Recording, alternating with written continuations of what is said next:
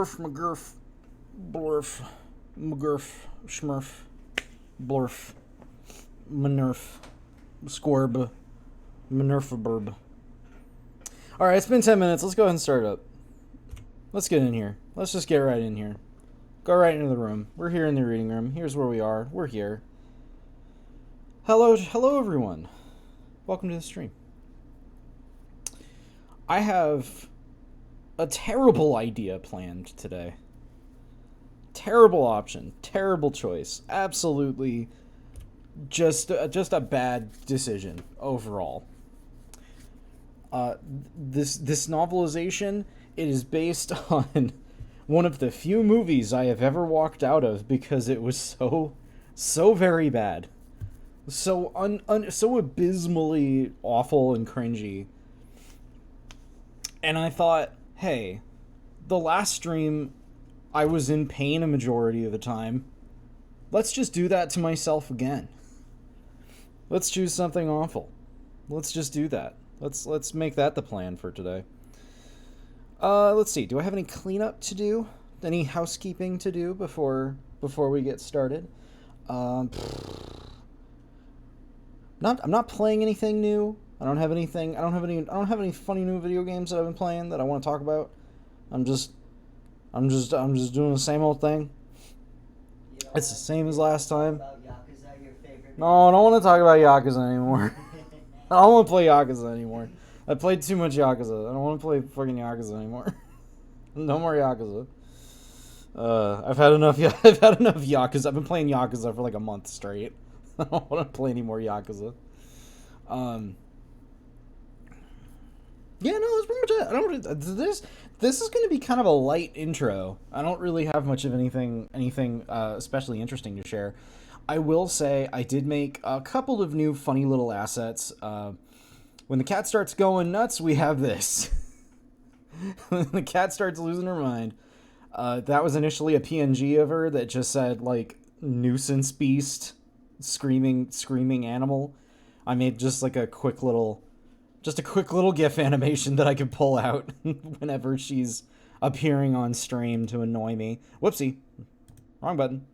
And then, because I feel like this book is going to be absolute ass and I'm going to hate it, I brought backup.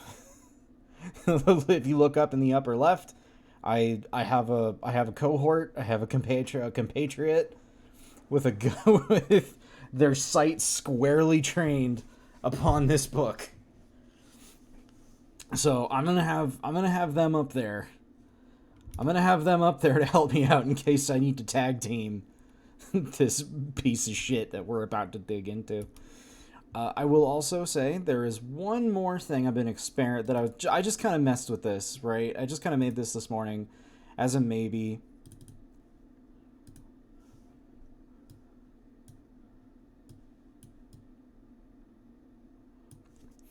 This is big mode. I made a model that's big mode. I don't know if we'll be using it all that often, but it's here, and we have big mode.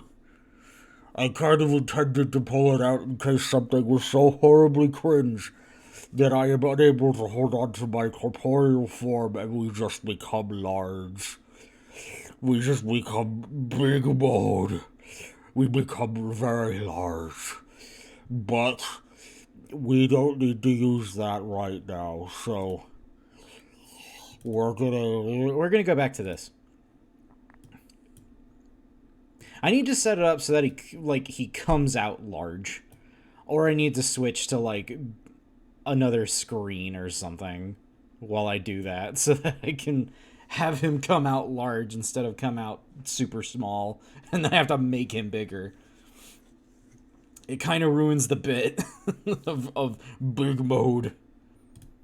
But yeah, it's like I said, I don't have too much more to go into. We don't have much going on in the chat today, so I don't have many people to talk to at the moment. But that's okay, because I'm here to read. And I'm also here to make... My whole purpose in these streams is to be background noise for y'all and for anyone who has the VODs on later. If you have me on in the background while you're playing a video game or doing art or something, I've done my job. So, with that said, I imagine that I'm going to press all of my buttons because I always forget my presets. And we're probably going to go ahead and jump into it. Because like I said, today is light on current events, on things to say. So we're just going to go, we're going to do some funny little reading of this absolutely awful cringe story, because I'm not joking when I say that one of the major plot points of this is the Predators trying to kidnap a child because he has autism superpowers that let him use Predator tech, and they're like, oh my god, oh my Predator Jesus, he's the next stage of human evolution and we must have him. Something along those lines. And then there was like a super Predator in it, and he was like, he didn't even look fuckable, so like they screwed it up. They screwed it up already from the get-go. Wasn't even hot. He wasn't even a hot Predator. It was just fugly. So anyway, yeah, we'll see what happens. Let's dig into it. Let's see how this goes. I'm hoping I'm hoping some of my friends come in about when we hit chapter 3, because that's when I read ahead, and that's when we get to the child's point of view and the way that they decide to write about fucking neurodivergency is just boy, it's something. All right. Chapter 0. Space. Cold, silent. A billion twinkling stars. You can't imagine the serenity out here. The peace and quiet. The way it seems as if you might drift forever on this dark, glittering ocean. It might go on for an eternity, an infinite horizon of invisible tides and unknown energies. You could surrender yourself and sail into this beautiful dream. Stars fall and comets burn in the distance. Suns blink out. Planets are born, and the Hubble Space Telescope watches it all with mechanical indifference. Until there's a ripple in the void. Close your eyes and you can see what I mean. Okay. Wait, now I can't read because my eyes are closed. Shit. Ha ha ha, I'm funny. Everybody laugh. Everybody laugh at my joke. Do it. Laugh at it. Be amused.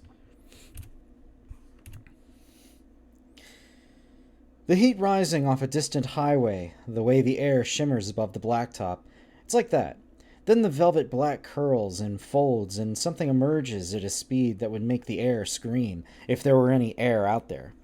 The gleaming spacecraft is smoking, the hull scorched and dented, shedding scales off its hull as its pilot tries to get it under control. The Hubble's in the way. The ship shears through it, both spacecraft and telescope now vomiting debris. Sparking and hissing, the ship's been through hell, and when it hits the outer limits of Earth's atmosphere, there's a whump.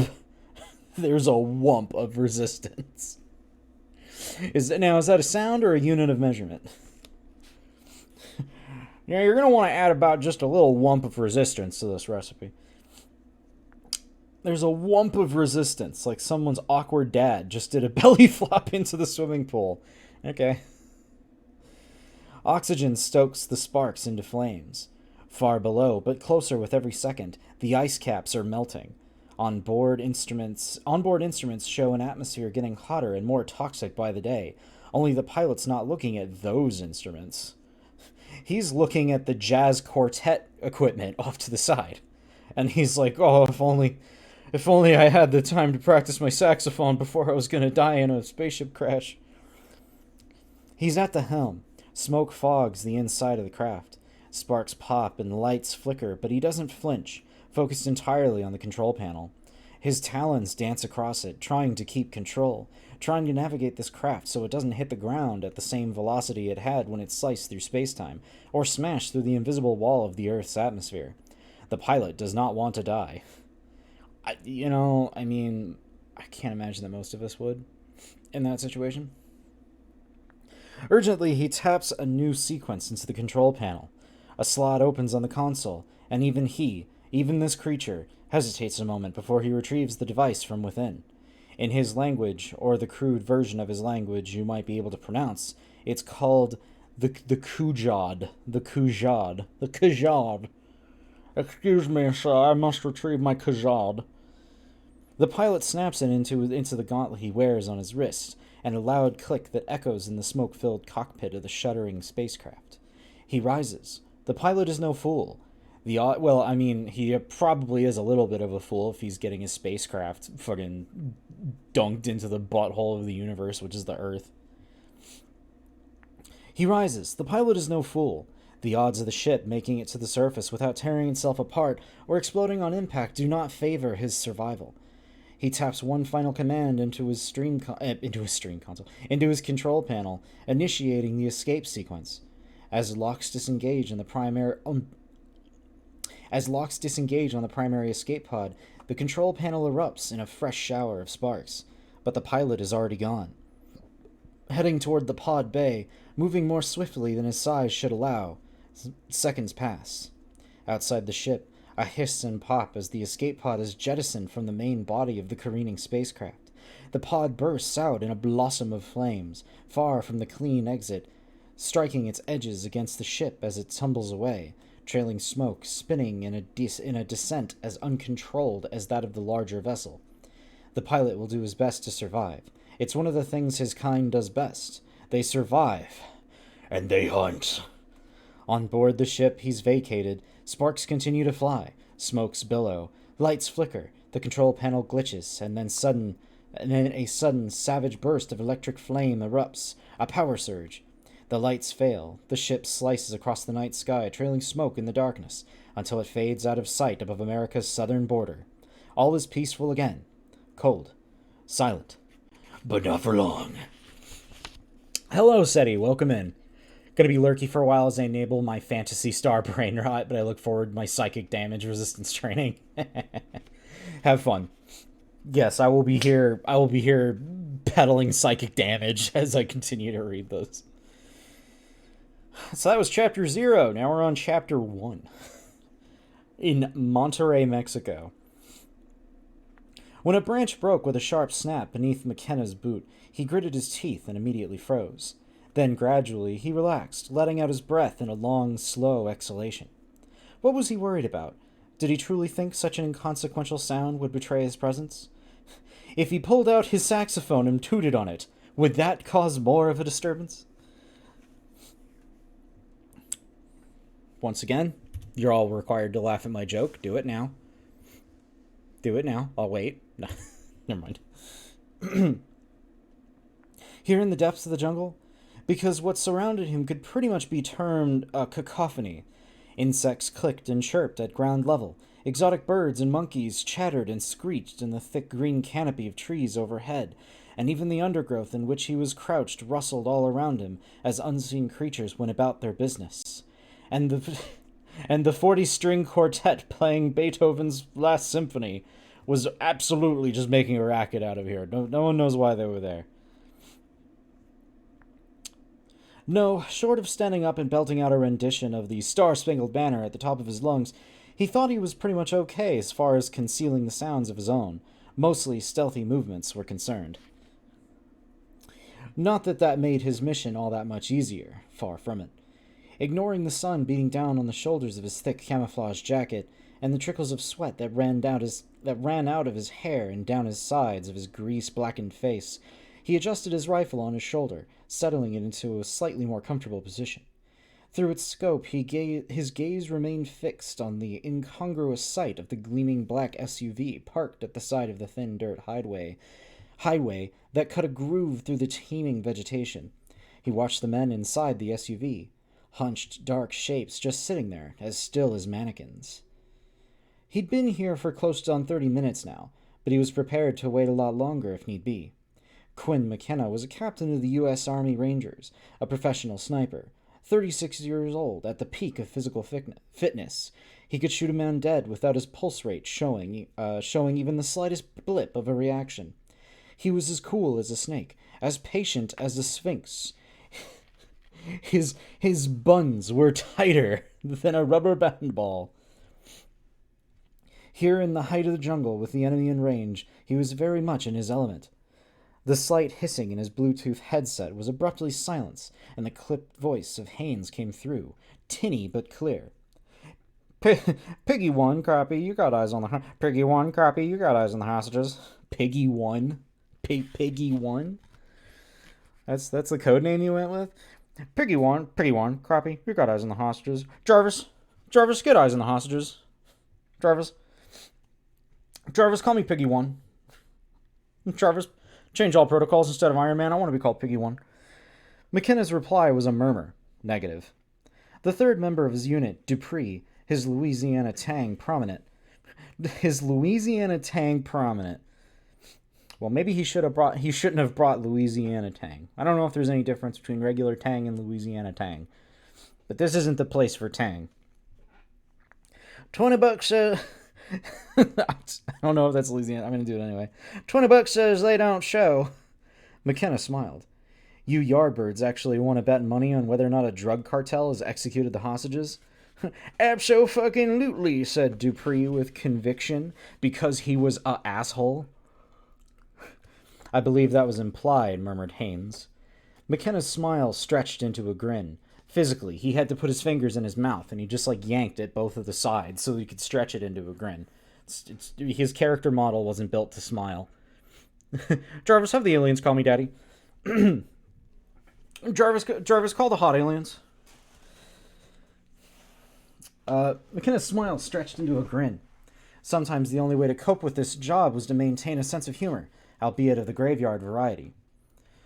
Okay, just checking. I'm in for 20.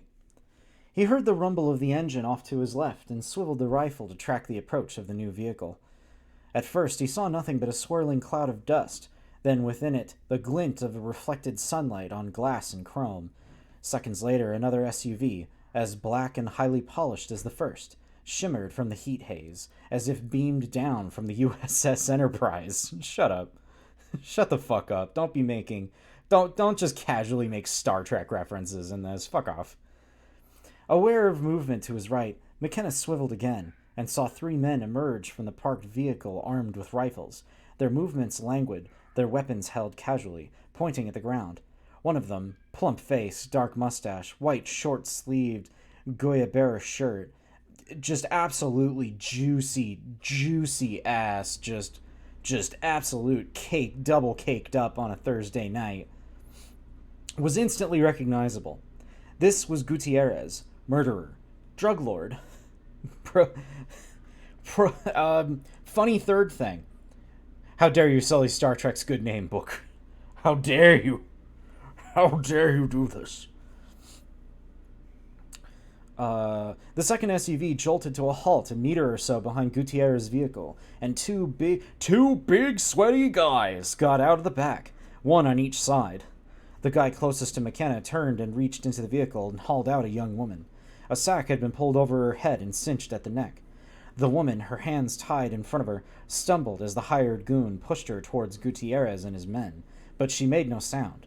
Not so the second hostage. A kid this time, similarly hooded and tied, who was yanked from the vehicle like a sack of potatoes and tossed onto the dusty ground. He landed on a sprawl of limbs, skinning his bony knees, yelping in pain. One of Gutierrez's men laughed. It wasn't because the boy fell down. He just remembered a good joke, and he acknowledged that this was an inappropriate time to laugh, but, sometimes you think of a good joke and you're like, hee hee hee. McKenna watched without emotion, or at least he kept his emotions tightly coiled inside him. He'd gone through enough training to be able to dehumanize people already, so why start humanizing anyone now?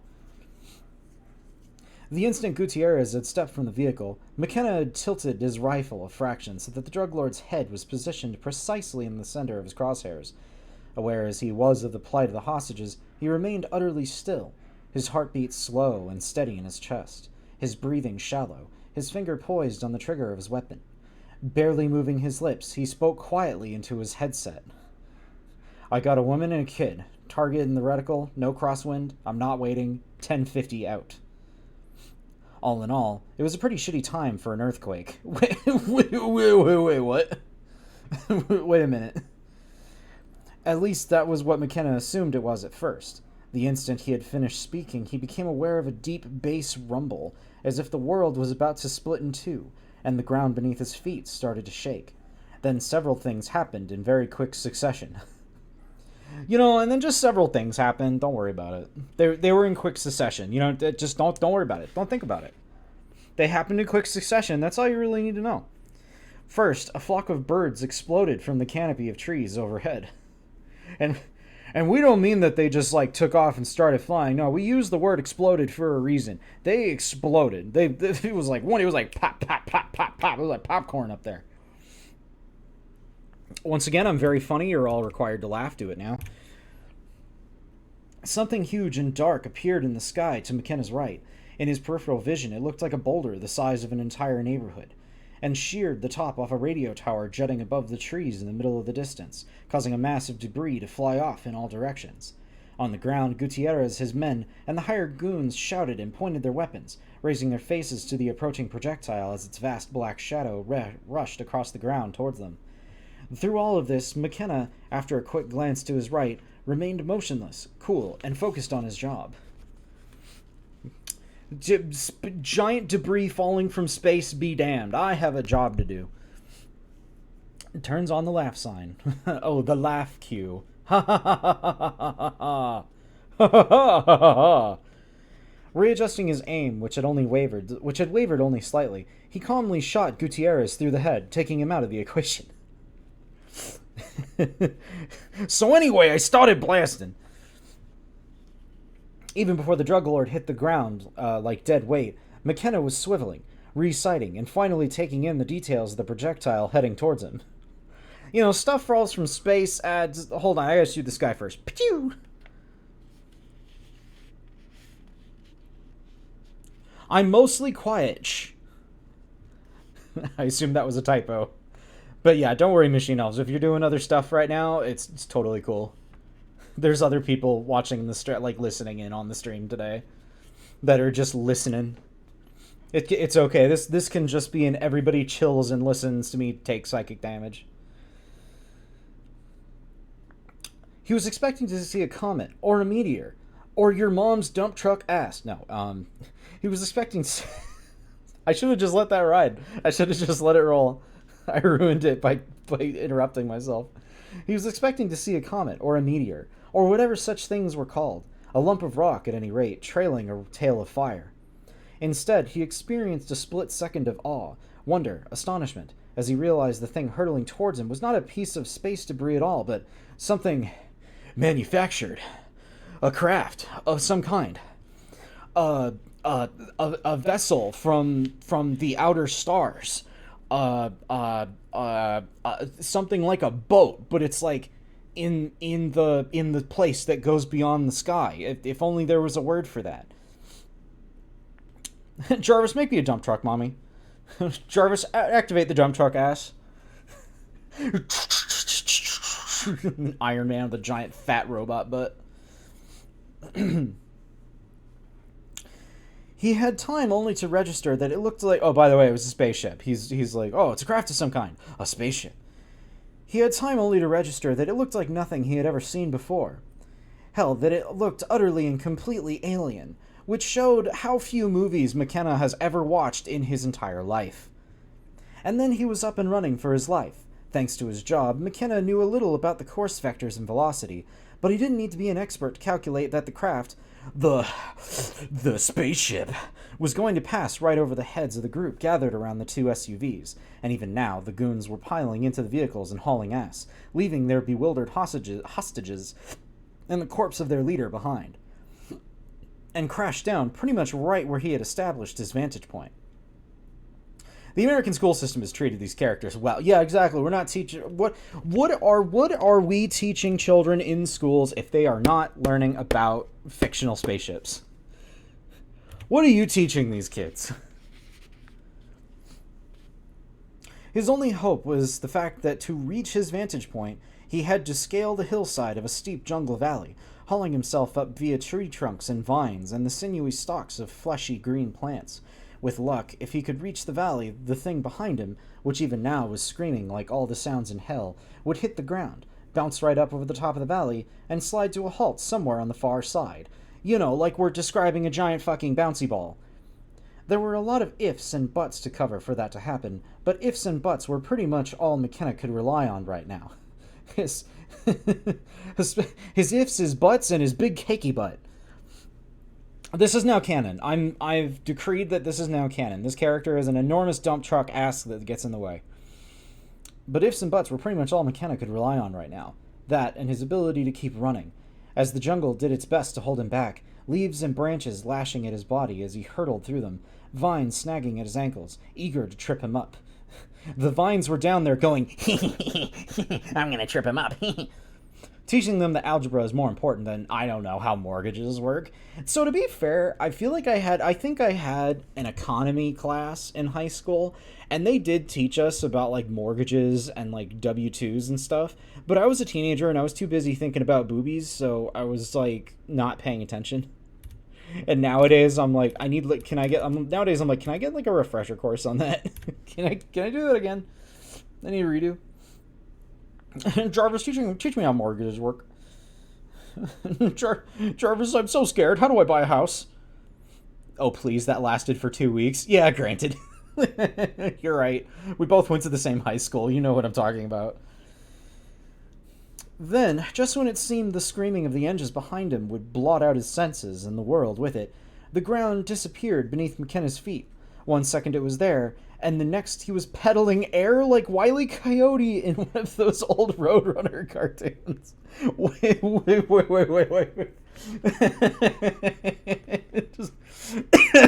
just walks out.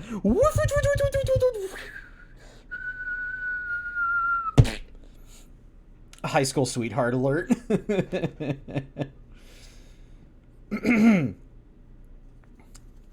Where was I? That's... Oh my god, you didn't seriously just describe it like that. I'm getting sippies. Still holding his rifle in a death-like grip, he plunged downward towards an array of branches and leaves and stalks and vines and rocks and lions and tigers and bears, oh my, and lions and tigers and bears, oh my. Oh shit, rocks. He tried to gauge his... By the way, he says that. He says, oh shit, rocks. Pulled a chair out from under me in musical theater, and I've been in love since. Yeah, that pretty much... That's... I don't remember it, but...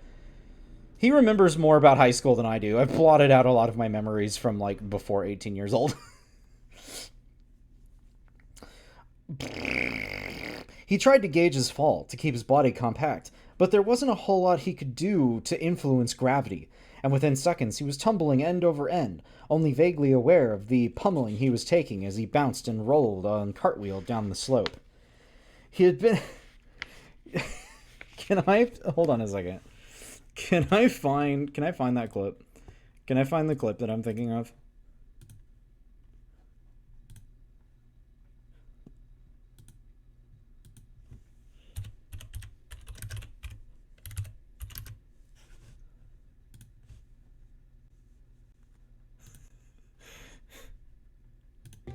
I don't think I've ever felt as close to you as I do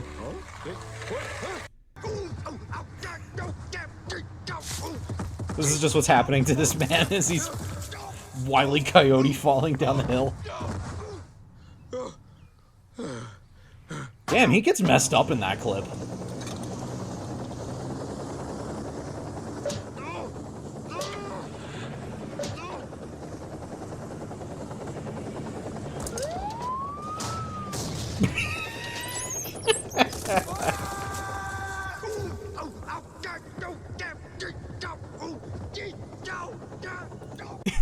Sorry, I just wanted to let that keep running. Also, I have this ready to go at any point that I want it to. I don't know what I'll use it for, but I just wanted to have a fart noise available. You never know. Also, everyone in that class had the hots for you. But wait, there's more. Yeah, I was completely dense in high school. There was, like, apparently, like, this isn't a bragging thing. This is more of a himbo thing. But there was, like, 5 or 6 girls who, like, all had crushes on me, and I was too fucking dense to notice. I only found out, like, way later after high school, and I was like, oh, that explains... I was like, oh, that explains a lot. Anyway. I was too trans to notice people crushing on me. My trans levels were off the charts. Right, he fell down the cliff like a dumbass. He had been knocked cold only twice before. Once when boxing during his army training, and once in a bar fight when a redneck had got in on his blind side and hit him upside the head with a pool cue. Whatever it was that bashed him in the side of the skull now felt a little like that pool cue. A sudden, hard flash of impact, and then nothing. It was impossible to gauge how long he was out for, but when he came to, he did so suddenly, his eyes snapping open. His survival training drummed into him so intrinsically, it was as natural to him as breathing. Oh wait, hold on. That sentence, I took that sentence weird. His survival training drummed into him so intrinsically it was natural to him as breathing kicked in, his senses instantly assimilating information. Chat, I'm assimilating information. Chat, I'm assimilating information. Your information, and I'm assimilating you.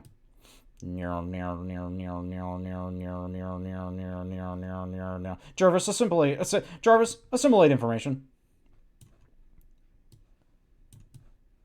I need to find like a hotkey that makes me big. I need to find a make me big hotkey. I need instant largeness. Revise. Awkward.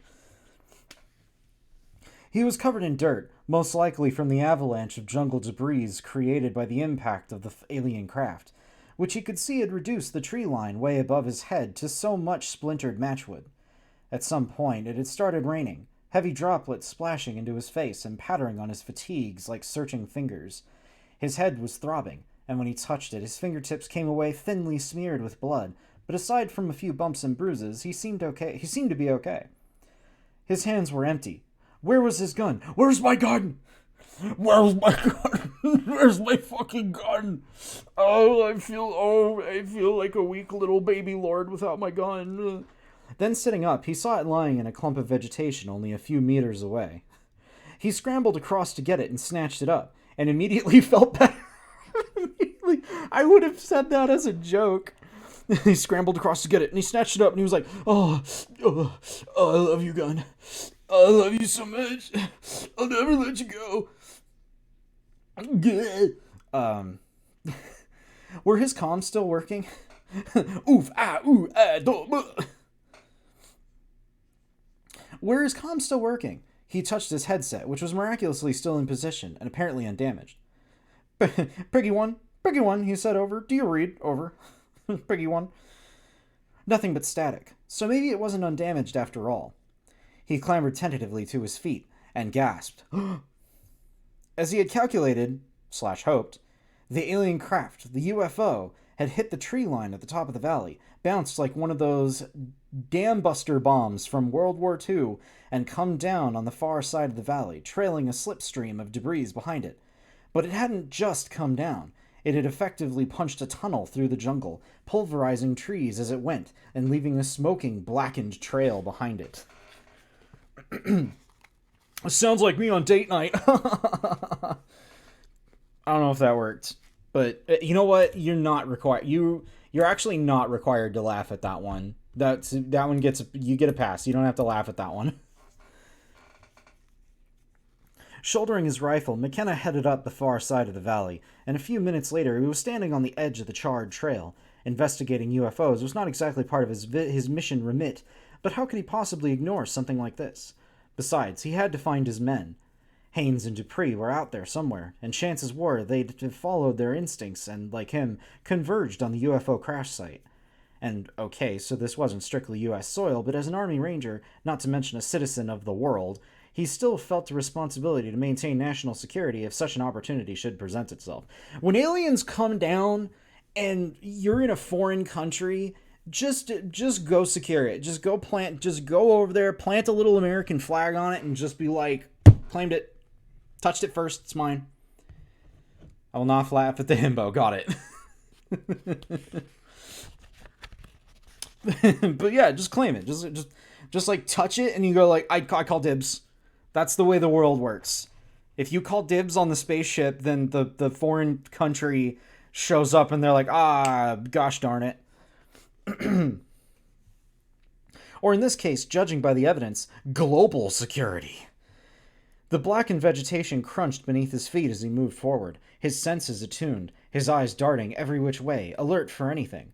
It took him a good 5 minutes of walking before he reached the thing he'd glimpsed hurtling towards him out of the sky, and when he did, he allowed himself a moment, just a moment, to goggle in wonder at a craft that was definitely not of this earth. Which, again, I really think this dude hasn't watched enough movies. Damaged as it was, he could see that the angles were all wrong, and the materials used were weird. Swamped in plant matter, it looked more like some amphibious insectile creature, broken-backed, hissing and spitting and steaming. Sounds pretty hot. Then it did a vehicle capable of flight / space flight. He approached cautiously, rifle up, finger on the trigger, scope trained unerringly at the open hatch, which was sticking straight up like the air in a gossamer wing, vast and dislocated. Beyond the opening, for now, he could only see darkness. He moved closer, stalking like a big cat towards its prey. Stalking, like an overly used metaphor. The rain now pelting down around him, the sound like a million scurrying insects. What kind of rain have you been in where you compare it to a million scurrying insects? That's not how I would describe rain. Closer still, he noticed something glimmering on the ground near his right boot and glanced down. Closer still, he noticed something glimmering on the ground near his right boot and glanced down. Frowned. It's just glanced down, period, frowned, period. Frowned. Liquid of some sort, thick enough to not have been washed away by the rain. It was fluorescent, glowing bright green. Hell, what was that stuff? Rocket fuel? Radioactive waste? Alien goop? Before he could decide... Was it alien Before he could decide, his eye was snagged by something else, lying a little closer to the craft, half concealed by vegetation. It appeared to be a glove of some kind, or perhaps a shackle. His mind rushed through the possibilities. Impressive as this crashed vessel was, it was small, compact. Could it be an escape pod, perhaps something that had been attached to a larger craft? And the shackle, could its owner have been a prisoner, or an escaping slave? As he took another cautious step closer, however, McKenna saw that the thing was not a shackle, but a gauntlet, vaguely resembling the kind of thing a knight of old may have worn. Vaguely, much like a knight of old. Alien gauntlet, much like a knight of old. But far more sophisticated, far more alien. But maybe it had belonged to a warrior of some sort. But why was it lying here? Had its owner discarded it? Had it been jarred loose? Then he saw the face. It was staring up at him from the ground, close to the gauntlet, heavy-browed, eyes slanted and staring, but otherwise featureless. McKenna's heart jolted. For a split second he thought he'd stepped into a trap, that the craft's occupant had dug a pit for itself, and was crouched within, ready to spring out, and give him a big old kiss. But no, even as he swung his rifle around, McKenna realized that the face was not a face, but a mask half buried in ash and pulped vegetation. He glanced around, then stepped closer, probing at the gauntlet and mask with the barrel of his rifle, half afraid they might have been booby-trapped. Which, your first instinct, even if it is booby-trapped, is to absolutely go up and poke it. That's what you do. Are you afraid something's booby-trapped? Get within physical range of it and just touch it. Poke it. Just poke it with a stick. When nothing happened, he knelt down, brushed away the muck from around the mask, and picked it up. It was heavy, made of some dense grayish-green metal. He stared at it for a moment, into its eye sockets, empty but somehow malevolent. Stuffing the mask into his pack, he tried his comms again. He just decided to take it. Like, this is mine now. I'm just gonna take this. McKenna saw this mask and he asked, "Is anyone gonna eat this?" And then he didn't wait for an answer. Piggy 1, Piggy 2, you copy, over. Nothing but the hiss of static. He sighed. Fuck this! He picked up the gauntlet and was about to add that to his pack as well when he paused. For a moment he hefted it in his hand, and then, curiosity getting the better of him, slipped it onto his forearm. Immediately it attached itself with a sharp snick of meshing attachments, then to his alarm and fascination adjusted itself, scale-like plates sliding over one another, until it was encasing his arm snugly but not uncomfortably. So engrossed was he in his new toy that for a moment he forgot where he was.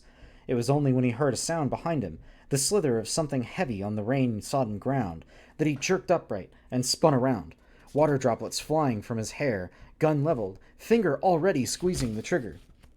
A figure, combat fatigues dark with rain, a white face wearing a stunned expression, staring not at him but at the smoking wreck of a craft behind him. "Dupree!" spat McKenna, jerking his finger from the trigger. "Jesus!" "Dupree! Now it's just you, me, and Dupree," which is, I think, a movie that I'm referencing. I don't know. Is it raining outside? Is it raining? Do I hear rain? Am I hearing rain? Yeah, it's raining outside. It's still kind of sunny. It's very bright out. That's why I was like, He was already squeezing the trigger. That means he was firing! That's how guns work! He was already squeezing the trigger. That means the gun would go off. That's what guns do. He was already squeezing the trigger, and then he shot his friend, because that's what would have actually happened. Dupree on the far side of the impact crater failed to respond, didn't even look at him. Where's Haynes? Where's Haynes? McKenna barked. And then, when Dupree still said nothing, he instilled every ounce of authority that he could muster into his voice. This is... Vinny, where's Haynes? That's all of his authority. Only now did Dupree's slack-jaw's gaze drift towards his superior. He blinked. I don't know. Comms not working. McKenna hefted his pack and rifle, suddenly businesslike. Held it in his hand like it was a briefcase, and he was like, I'm ready for business. We got to head for the extraction point. Dupree nodded, then faltered again. The fuck is that, Cap? McKenna glanced at the pod, shrugged. Above our pay grade. The stunned expression on Dupree's face was slowly fading, and he was beginning to look more like his old self. Shifting his gaze to McKenna's arm, he cocked an eyebrow, the question unspoken. All at once, McKenna felt embarrassed. His cheeks went red, and he was like, oh, oopsie, you caught me with the alien material. Oh, what are you gonna do? You gonna kiss me about it? Dupree nodded slow. All at once, McKenna felt embarrassed. Evidence, he said. Dupree nodded slowly. Evidence, right, because the two compadres grinned at each other, then spoke in unison. No one's gonna believe us. No one's gonna believe us. McKenna chuckled. Dupree grinned. And then they viciously made out. I'm charging this with so much crackling sexual energy so far. McKenna chuckled. Dupree grinned. But all at once, something seemed to occur in him, and he looked around in puzzlement. Cap, He raised his hands, palms tilted towards the sky. I'm not getting rained on. Add Man Ray to the story, please. And then Man Ray. It's Mermaid Man and Barnacle Boy's arch nemesis, the evil Man Ray, with his fat, juicy ass. Or, I guess, depending on who you ask, maybe he has other redeeming features. Cat, He raised his hands, palms tilted towards the sky. I'm not getting rained on. McKenna stared. It was true. Rain was falling to either side of Dupree, but not on Dupree himself. He looked up into the tree that was partly sheltering his comrade, but which should still have been allowing some rain to get through, which had, in fact, been allowing rain through until a few moments ago. Important information. Absolutely necessary. Was there something up there? Something dark and large among the leaves and branches? Calmly he said, Walk away from the tree, Dupree. Walk away from the tree. Dupree half turned, squinting upward, following the captain's gaze. Why, is there... At which point, all hell broke loose. With a sudden splintering crash of branches and a shower of leaves, something fell from the tree. McKenna swung his rifle up, and Dupree leaped out of the way and spun around to face it. At first, the falling object was too swift to focus on, but a couple of meters from the ground, it came to an abrupt halt. The vine it was suspended from snapping like a whip. It swung to and fro, arms outstretched, great red wings spread. For a dizzy, disorienting moment, McKenna thought that what he was looking at was a demon, or at least some kind of giant alien bat. Then Dupree made a kind of sobbing sound, a stifled cry of rage and horror and fear all rolled into one, and McKenna's vision readjusted, the thing coming into sudden sharp focus. The reality was far, far worse than the fantasy had been. Dangling from the vine above their heads, swaying like a side of meat, was Haynes. He had been gutted, his intestines hanging in gray-purple loops, his chest and stomach slashed open so brutally that the two sides of his mutilated flesh hung in drooling flaps at either side of him. And even worse, his hat was missing. His hat had been stolen. His apes were stolen. The alien had logged into his Twitter and screenshotted all of his NFTs. His face was a bulging-eyed rictus of terror and agony, blood running down the sides of it, and through his hair to drip and pool at the ground around beneath. Jesus Christ, McKenna muttered. Then he pointed his rifle up to the trees and unloaded, shredding leaves and branches, not stopping until the entire clip had been exhausted. This was stupid. This was a dumb choice, and I'm not exactly sure why he would have done it. That seems like a bad idea. Also, were we not just talking about how he's able to keep his emotions in check while he's on the job? And now he's just like, Haynes! Anyway. Even then, even when the trigger clicked empty, he was not done. He switched to his handgun, firing bullets up into the trees, shooting at nothing, Dupree doing the same beside him. They just decided it was fun. They got really mad that their friend died, and, you know, the way that two bros just blow off steam together is they just gotta shoot some rounds into the trees. That's just what you do. It's just guys being dudes, just dudes being guys. When the answering fire came, it was so unexpected, so devastating that McKenna experienced it in little more than a series of flash images. First there was lightning, or what seemed like lightning, a bolt of blistering fire that hurtled down at an angle from the trees overhead. Then Dupree beside him was pierced by the light. He was blinded by the light. What's the rest of that? How's the rest of that song go? Blinded by the light, and then he was suddenly revved up like a deuce, like a runner in the night. That was, you're now, yes, you require, if you need to ask, yes, you're all required to laugh at that joke. Do it now. Ask any toxic man. Anger isn't an emotion. Anger's not an emotion. That's just a default state of mind.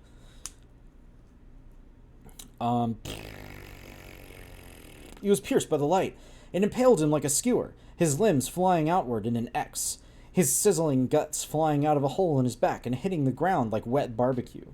McKenna had barely registered this when he himself was flying backward through the air, hurled 10 feet or more as if he weighed nothing.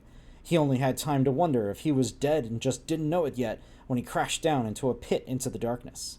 Alice down the rabbit hole, he thought wildly, because once again, he still hasn't seen too many movies, and this was about the only reference he could make to himself in a life-threatening situation. He came down, sprawling on a hard surface. His body skidded backward, and then he hit his head, wham, on something solid, unyielding. For a moment, he saw For a moment, he continued behaving like a fucking cartoon character. For a moment, he saw stars, but even when he blinked them away, he realized he was still seeing them. Then he looked around, and a prickle of awe and dread passed through his body as he realized where he was. He was inside the crashed escape pod. He must have flown through the air and come straight down through the open hatch like a basketball into a hoop. Just imagine a predator just like fucking just dribbling a dude down the fucking ground and just like, Kobe. You couldn't see me do it. I just did like a little throw motion. Kobe. Toss him in there. Surrounding him were all kinds of weird alien instrument panels that even now were flashing to life, as though aware of his presence amongst them. He saw jagged symbols scrolling across screens, multiple readings for who knew what. It was fascinating and terrifying in equal measure. But he didn't have the time or know-how to make any sense of it. He had a more pressing matter to attend to. The enemy!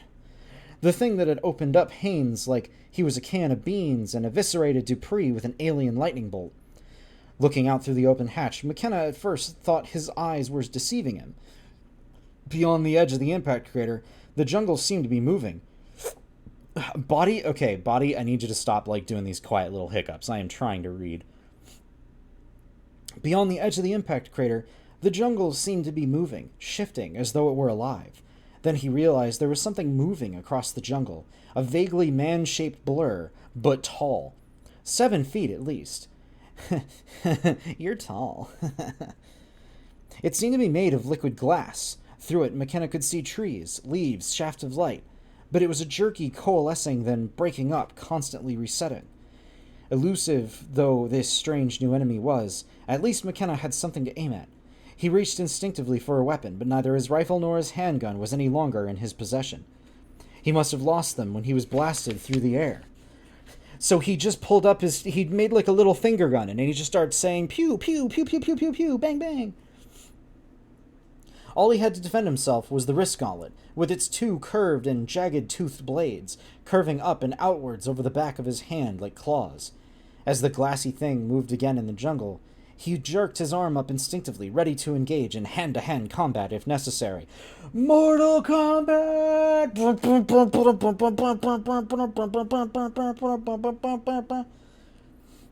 And he did so with the gauntlet inadvertently clunked against the side of the pod opening. The result was spectacular.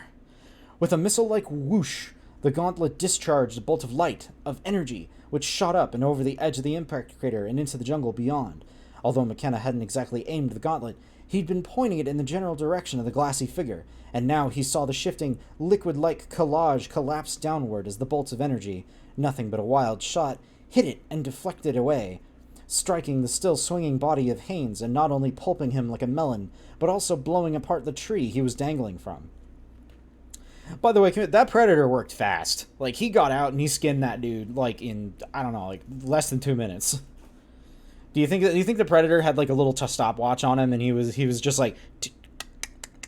click, new time, new record, lucky shot. The figure, which McKenna now realized must look as it did because it was encased in a cloaking device, let out a hideous cry of rage and pain and dropped to the ground, writhing in apparent agony. It was still close enough to the tree from which Haynes had been hanging for the contents. Wait a minute. Haynes had been hanging for the contents of the soldier's exploding corpse to splatter over it, drenching it in blood and viscera. As McKenna watched, the figure stopped writhing and slowly straightened up, raising its head to glare in his direction. For the first time, he saw its face, and his mouth dropped open. Holy shit! Holy shit, he was hot! He looked at the alien, he's like, oh my god. He's like, oh damn, shawty, what are you doing Friday? Masked in blood, the thing was a living nightmare. Trying to make sense of something so alien was almost impossible, but what McKenna's brain was telling him was that the creature was part shark, part crab, and part warthog, all rolled into one. Oh my god, it's Shark Crab Hog!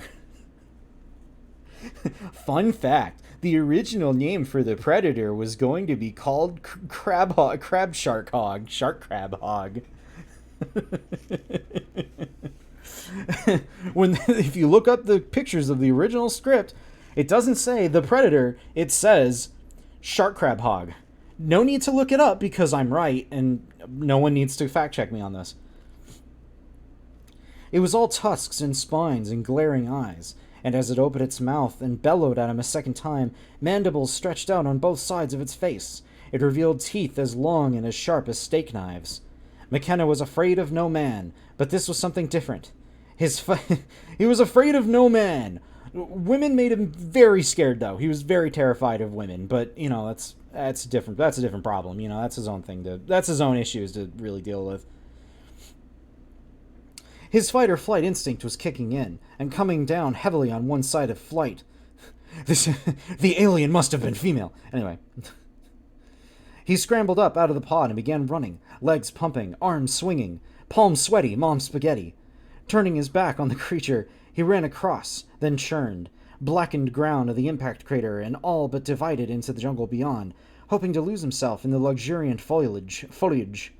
He thrashed through the bushes and leaves and veered around the trunks of trees, like a charging quarterback evading tackles, oblivious to whether the thing was behind him, giving chase. He had no weapons aside from the gauntlet, but at least he hadn't lost his pack, which bounced against his body as he ran with the weight of the alien mask inside it. All he could hear were his own panting breaths and the slap of wet leaves as he raced through them. But suddenly, overriding that, he became aware of another sound, somewhere overhead, a low bass thumping, a steadily increasing whup whup whup whup whup whup whup whup. It was someone was playing dubstep.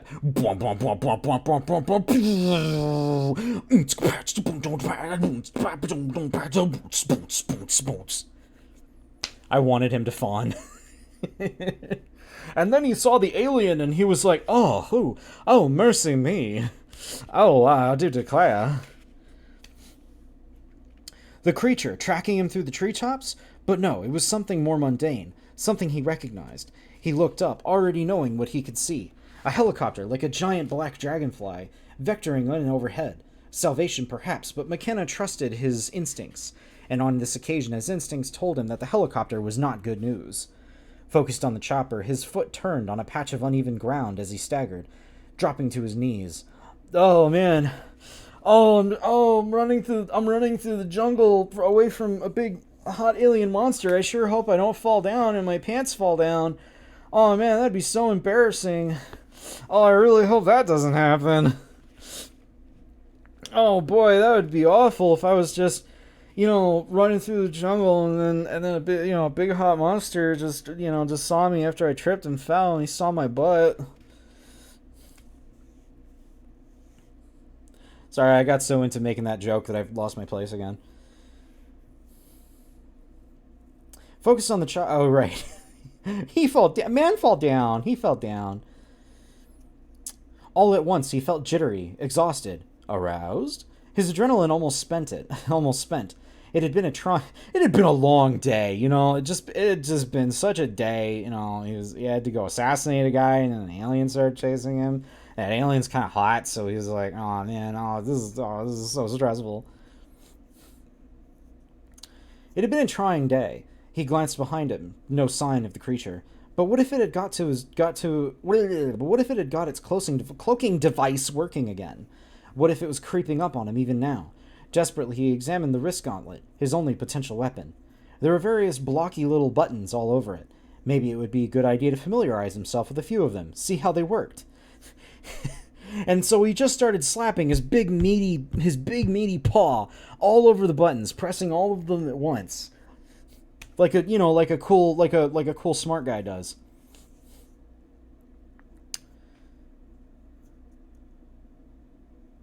Tentatively, he stabbed at one, and to his astonishment, a tiny metal ball popped into being as if from nowhere, and glowed for a moment. Then McKenna vanished, abruptly and completely. He was still physically aware of himself, of his weight, his aching muscles, his pumping heart, but he could no longer see himself. For a moment, he was alarmed. Oh my god, where did I go? Oh, I'm scared, I'm invisible, I've disappeared. Oh. Then he realized the benefits of being invisible right now far outweigh the negatives. Ooh, now I'm invisible. Now I can finally get into the girls' locker room at Squibbity High. Wait till Josh hears about that. Anyway, never mind. Don't laugh at that one. No one has to laugh at that one. Gathering himself, taking a deep breath, he slipped as quietly as he could into the surrounding jungle. A team of black-clad mercenaries who emerged from the helicopter looked to have all been cut from the same mold. Buzz cuts, faces carved from granite, muscles upon muscles, armed to the teeth. By contrast, the man who stepped out behind them looked like the nicest guy in the world. Around 40, slim, wide smile, skin like dark velvet, expensive haircut. CIA agent Will Traeger Does he show up and like if he ever gets into a fight, he's like, "I will Traeger you." And he like shoots his gun. CIA agent Will Traeger made his black hoodie and nylon jacket look like an Armani suit. Except it was a black hoodie and a nylon jacket, so it was not an Armani suit, and it does not look anything like that. Perhaps the only flaw in his personal picture was that he was popping tabs of Nicorette gum as though they were Tic Tacs. This stream sponsored by Nicorette and Tic Tacs. Sponsored by Nicorette and Tic Tacs. As his feet touched down on the dusty ground of the jungle dirt road, he removed his aviator sunglasses, exposing soft brown eyes that only further enhanced his handsome face. "Gentlemen," he said, his voice a soothing burr.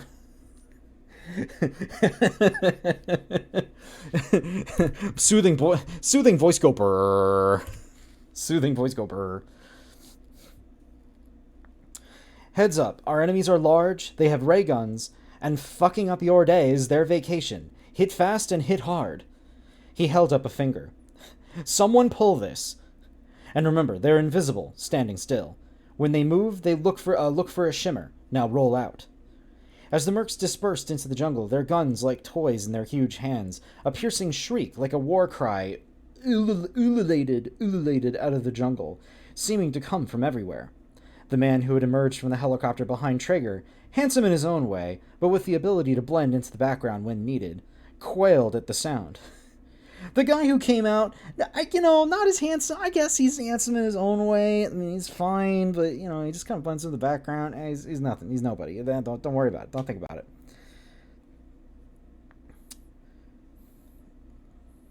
Traeger, however, merely raised his head as if sniffing the air, then replaced his aviator sunglasses, apparently unperturbed. Beckoning his aide towards him, he said, "I want the passenger. I want the pod. If it ain't from here..."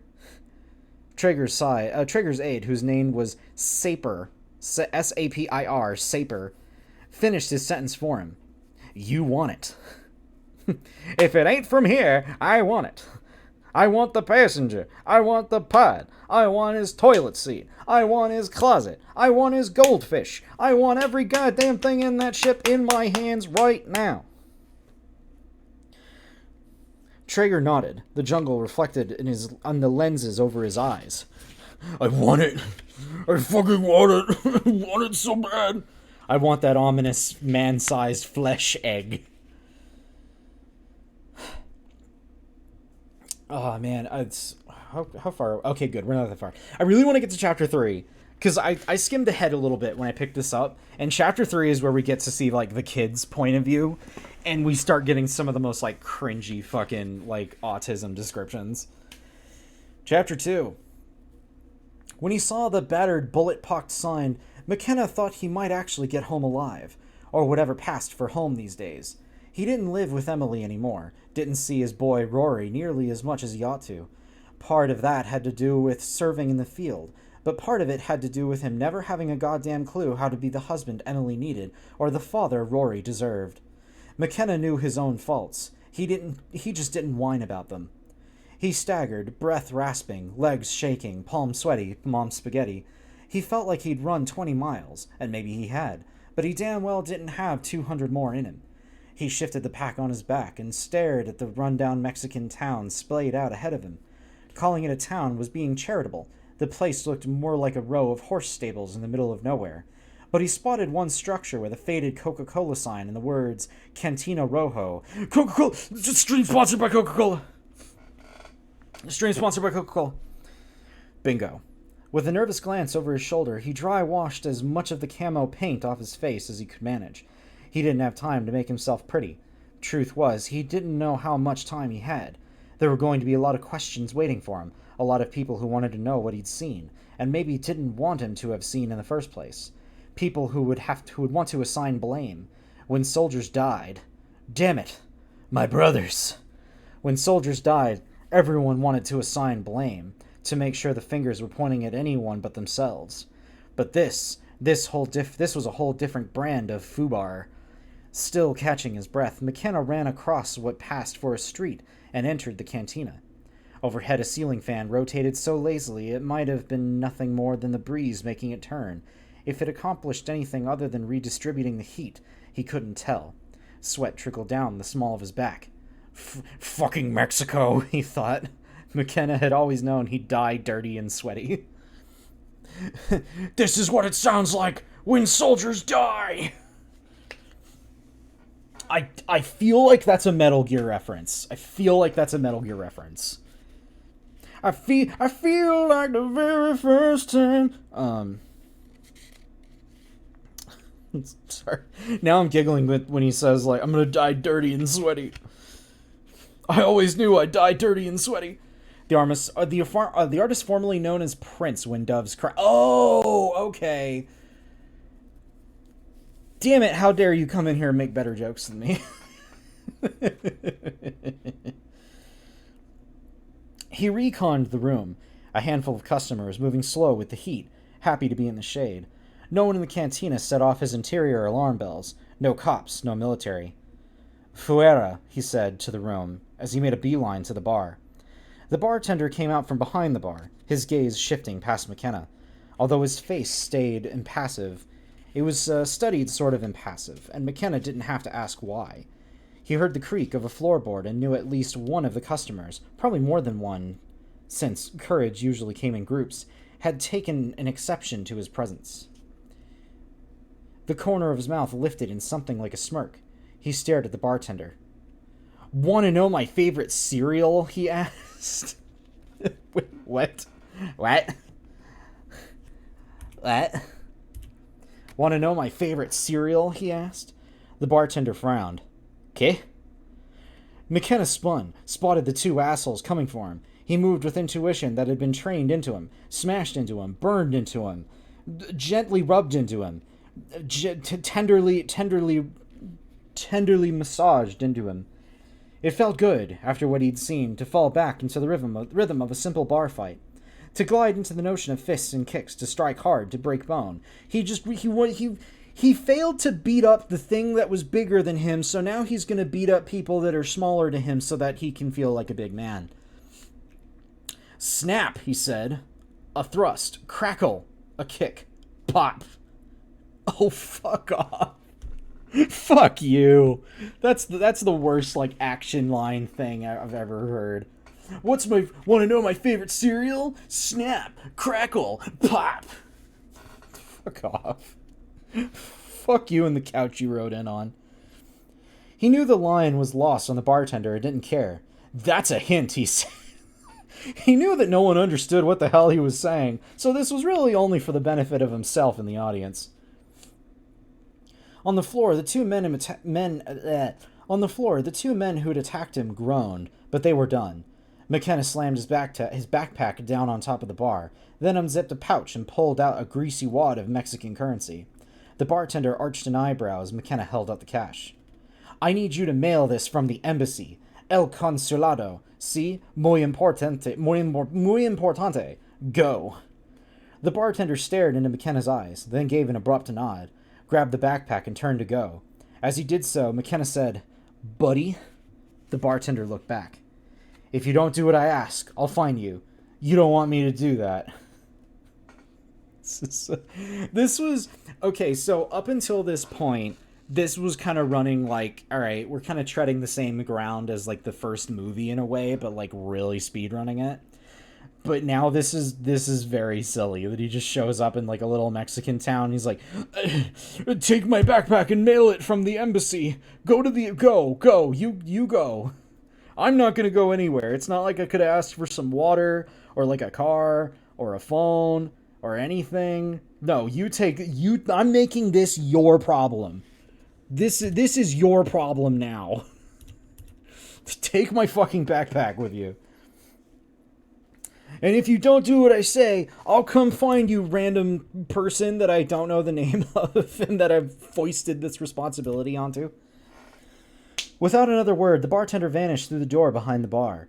McKenna tried not to think about the odds on whether he'd scared the guy too much, not enough, or just the right amount. Frankly, I don't think you scared him at all. Hell... Sorry, I just looked at the chat. Machine Elves, your statement that says, "I'll kill you because fuck you."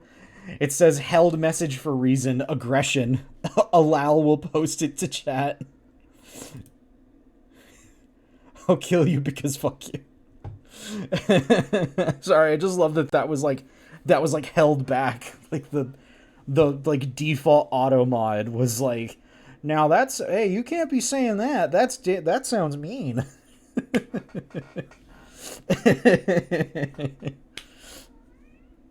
Anyway, okay. Fear could be a weapon and a great motivator, but like any weapon, you had to know precisely how to use it. Alone in the bar now, the guys he'd vanquished crawled away at some point during his exchange with the bartender. McKenna leaned forward, grabbed himself a glass and a bottle of tequila, and poured himself a shot. Da-na-na-na-na-na. Na-na-na-na-na-na. Da-na-na-na-na-na. Na-na-na. Na-na-na. Tequila! Da-na-na-na-na-na-na. And poured himself a shot. Neither the glass nor the bottle was particularly clean, but what the hell? He raised his glass to the flies buzzing lazily around the ceiling fan, and was about to knock it back when he heard sirens approaching fast. He sighed. He wasn't surprised they'd found him, but he wondered how they'd done it so quickly.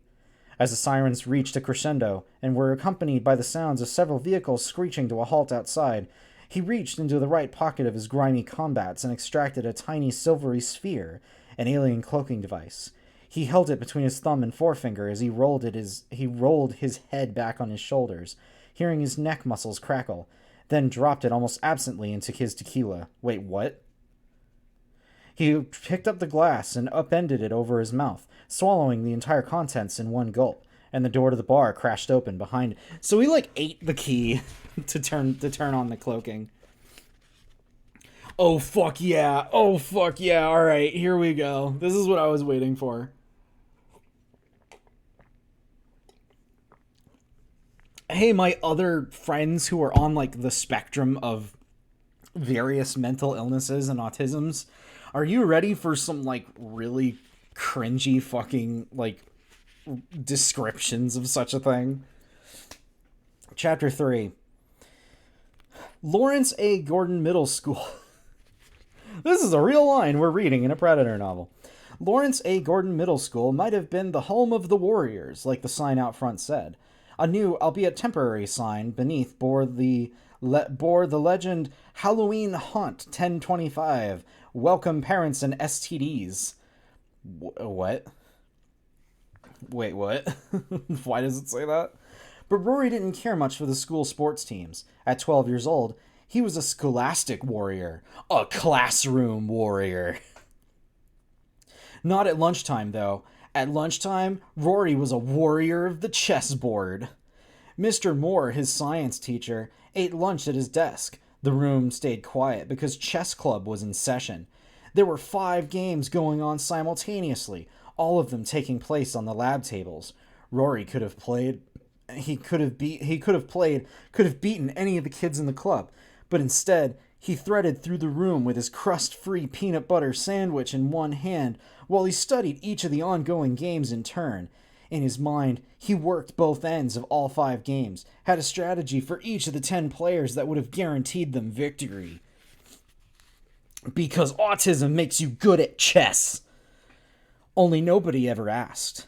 Mr. Moore glanced up at him and sighed.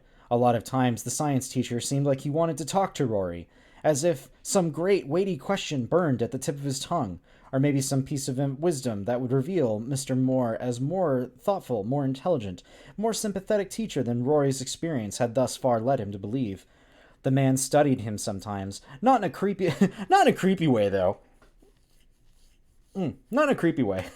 Just in a weird way. He just sounds smug and mean.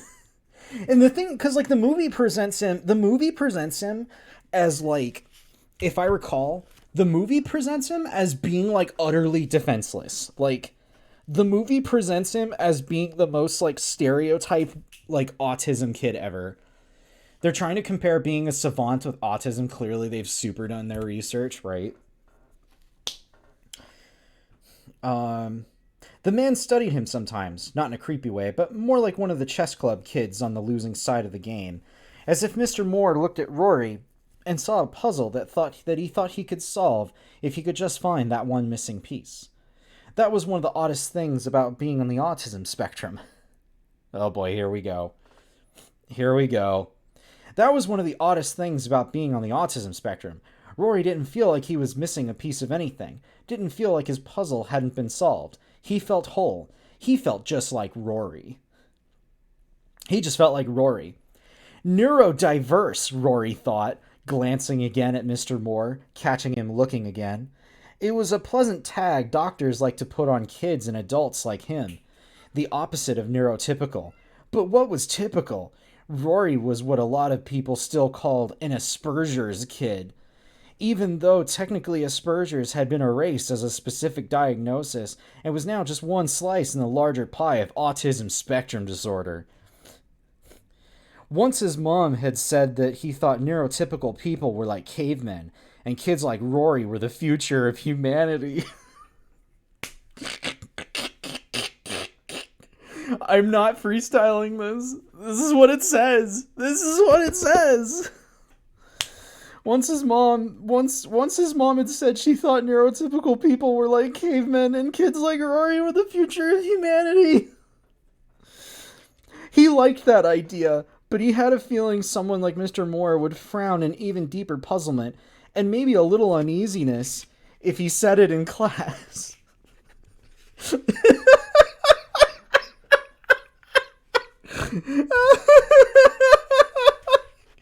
gotta be fucking kidding me.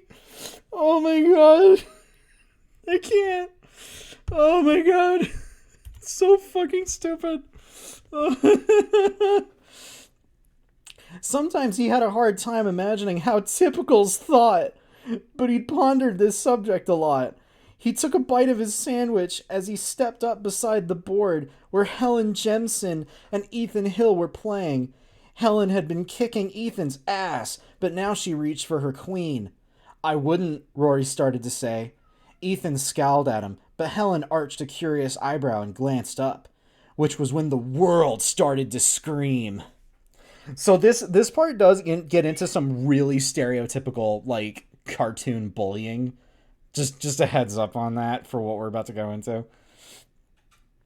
A minute before Helen Jemison picked up her queen, two kids, Derek and EJ, the former wearing the mean and cunning look that would most likely carry him through life, the latter so slack-jawed and sleepy-eyed he might as well have had the word goon tattooed on his forehead, had been standing in a deserted school's corridor beside a fire alarm. Glancing left and right, Derek had said, "Go on, I dare you." EJ blinked. "Why don't you?" "'Cause I dared you first." EJ considered the irrefutable logic of this. Then he shrugged and curled his meaty right hand into a fist. Roy clapped his hands over his ears as the other kids stood up from their desks. The alarm blared over and over, a rhythmic shrieking assault on his brain. Spooky? Spooky? We are at a certain point in this. Is this really the time you want to cause a problem? Do you really want to cause a problem right now, Spooky? Just so you know, I am shaming you. I even drew up a thing to shame you. All while the teacher in the quiet room that would have definitely heard two kids plotting to pull the alarm does nothing.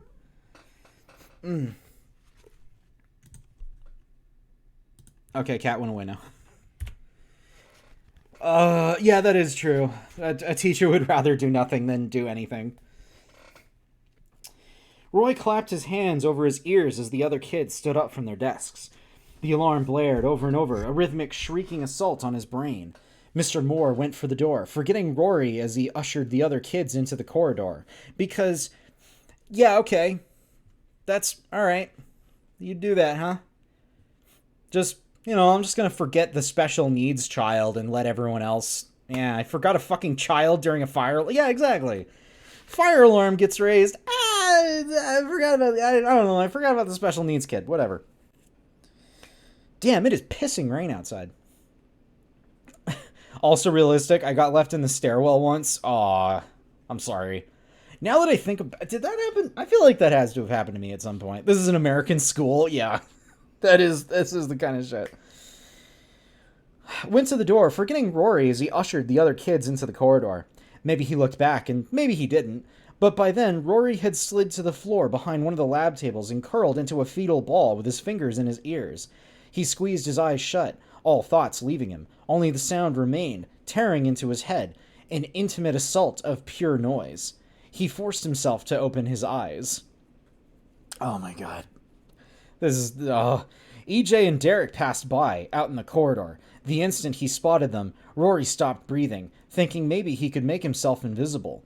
For half a second, he thought he had succeeded, but then Derek came to a halt, grabbing EJ's arm. Wolfish smiles split their faces as they stepped into the room. Also, fuck the parents for not giving him the means to handle loud noises. Yeah, exactly, because, like, this isn't, like... It's not like this is taking place in the 90s. This is fucking 2018. Like, for fuck's sake. For half a second, he thought he had succeeded, but their wolfish smiles.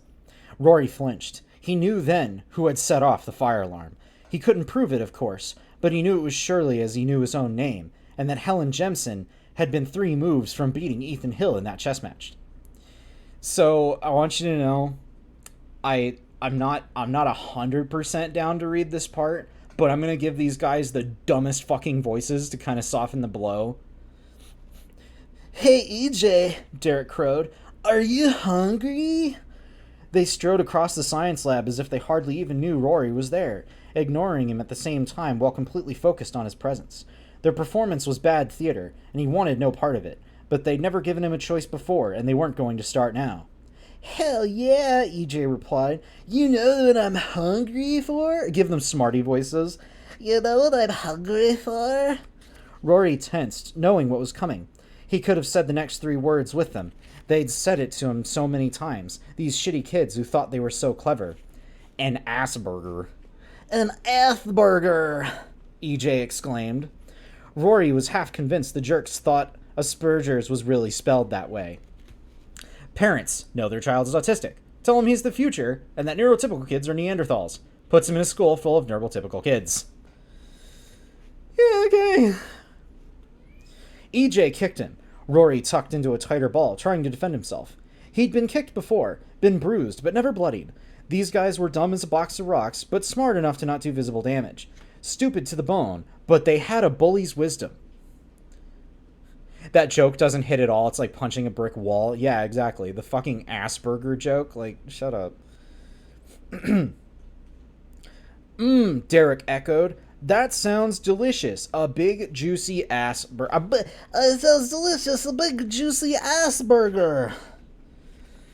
I mean, you two are the ones talking about how much you love ass. South Park couldn't make it work. What makes these geniuses think they can do it? He gave a kick of his own. Rory grunted and promised himself he wouldn't cry. He didn't understand why bullies behaved like this, didn't understand hardly anything about why people chose to do the things they did, but he knew enough to realize that crying would only make them happy, and make them kick him even harder. His therapist said it was difficult for him to translate and learn typical behavior, but he'd learned that much. His therapist! His fucking therapist! Who knows he's getting paid?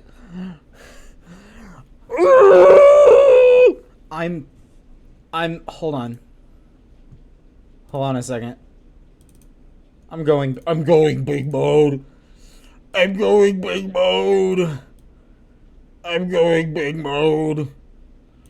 Yes, this is exactly what middle school is pretty much like. You have to be doing something to make them bully you. You should stop that. Yes, exactly. Because that's like what my parents would always tell me. It would be like, oh, did you get picked on today? Well, what did you do to make it happen? Oh, they're just jealous of you. Oh, you must have incited them somehow. It was your thing. You must have done something. Because, God forbid, fucking children, like when you're a child who's fucking neurodivergent, God forbid there are people who are just assholes for no reason. And so, once they start laying all that blame squarely on you, boy, does that create a fucking complex in your brain and just makes you fucking feel inferior to everything. So, that's fucking great, fucking fantastic. Fucking goddamn it ass shit hell. It makes me so fucking mad that I go big mode. Anyway. We are no longer big mode.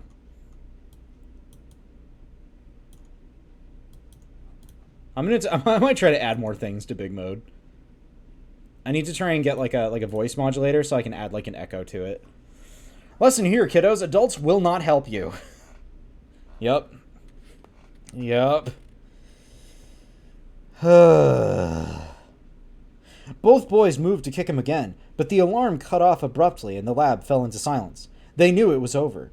Students would be coming back, and so would teachers. They would get caught. They seemed displeased at being interrupted so soon and looked around. Sneering, the boys went from chess game to chess game and knocked over every piece on the board, as if Rory had been playing in all of them. In a way, he had, but they couldn't know that, and he wouldn't tell them. The assholes traded a laughing high five and marched proudly out of the room. Oh, whoops, my book's not out. But just imagine these two idiots just like, yeah! We're jerks! Rory rose, taking stock of his body. He stretched a little. There would be some bruising, but those kicks hadn't broken anything. Compared to other assaults, this one had been mercifully short. He exhaled and let himself glance across the room, taking in each of the chessboards in turn, quickly making a mental inventory. Then he nodded. It could be done. One by one, as fast as he could, hoping to avoid discovery by Mr. Moore, Rory McKenna put every chess piece back on every board, exactly the way they'd been before the fire alarm. It was simple and deeply satisfying. Chaos and disorder troubled him deeply, and the only thing that alleviated those feelings was to restore order, to set things right.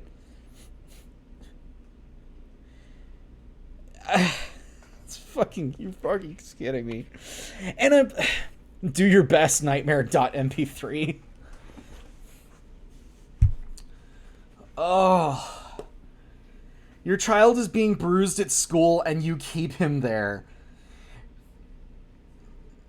Oh, Lord.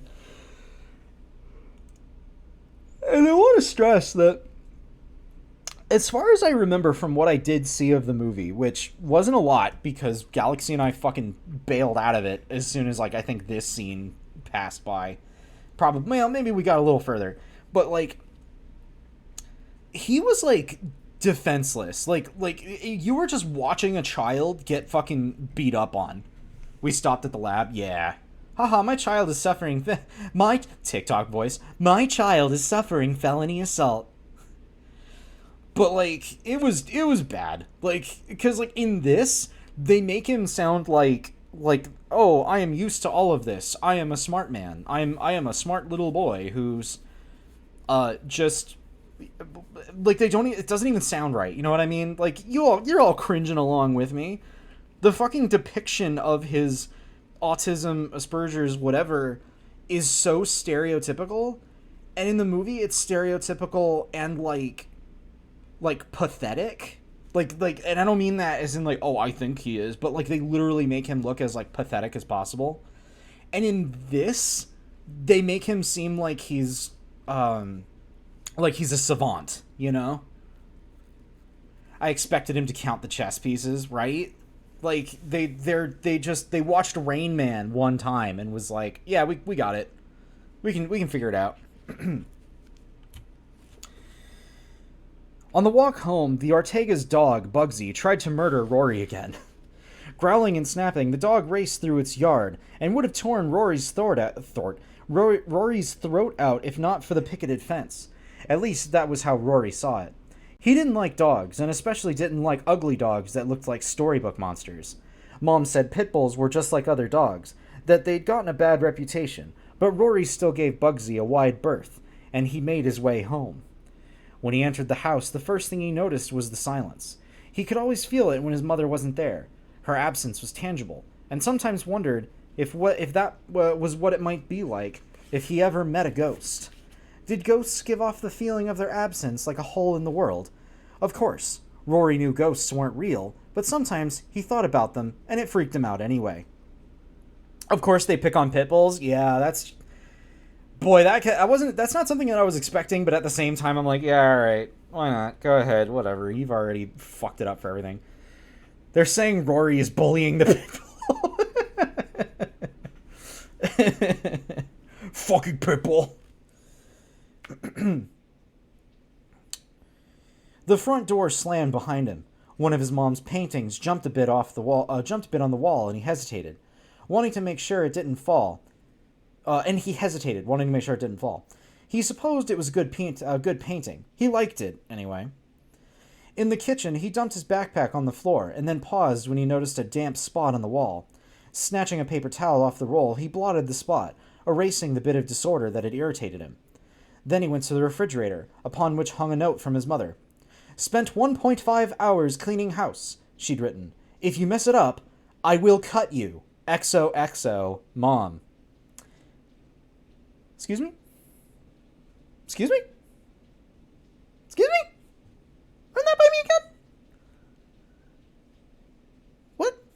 Spent 1.5 hours cleaning the house. If you mess it up, I will cut you. XOXO, Mom. No, that's written there. No, I didn't make that up. That just says it. That is in the book. I did not ad-lib that. Rory opened the fridge and surveyed its contents, debating what he wanted for a snack. The doorbell interrupted his pondering, so he shut the fridge and went out to the foyer. When he opened the door, a postal worker smiled at him. The man had a handcart with the United States Postal Service logo on the side. Rory wondered how many letters it could carry, if there were only letters and not packages or catalogs or magazines. He wondered if someone could hide inside that handcart, or if a dog might hide inside, if the dog was particularly determined to kill and eat a middle school kid in the neighborhood, his neighborhood. For a half second, he studied the handcart for any sign Bugsy might be hiding inside.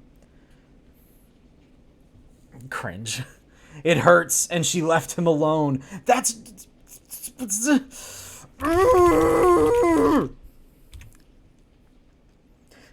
Quinn McKenna live here? The postal worker asked. Rory blinked. The postal worker gave a lopsided smile. Didn't mean to stump you. How's this? Is Quinn McKenna your mom or your dad? Dad, Rory replied. Hey, now we're getting somewhere. The guy upended the handcart, and an avalanche of letters and bills and boxes poured out onto the floor of the foyer. Rory jumped back, staring at the pile of stuff spreading out across the floor. He glanced at the postal worker, wondering if the man had lost his marbles.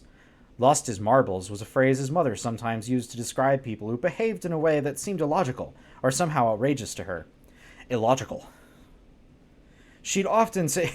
Is the kid Spock now? She'd often said she'd worried that Rory's dad had lost his marbles. She had never said it about Rory. He is being kidnapped. This postal worker, though, Rory felt sure his mother would have an opinion on about this guy. His P.O. box His P.O. box payments are past due. Sorry, the man said. He didn't shrug, but Rory could hear the shrug in his voice. That's... what? Guess he's not around much, huh? Rory gave a small nod. The postal worker's attention had already turned to one parcel, a big box that had been stamped and rubber stamped and scraped and taped. Rory spotted the words consulate and Monterrey, Mexico, and thought, Mexico? That's my dad's handwriting, he said, mostly to himself. Embassy stamps, the postal worker said, studying the box like it was a cadaver and he was the TV detective. He do some kind of government work? MOS 11B3VW3, Rory replied, pronouncing each letter and number with emphasis. MOS 11B3VW3. The postal worker stared at him the way so many people stared at him. Rory had come to recognize the dumbfounded expression of the eternally confused. Military designation, the boy said. He paused a moment, but saw that the man still didn't understand. He kills people!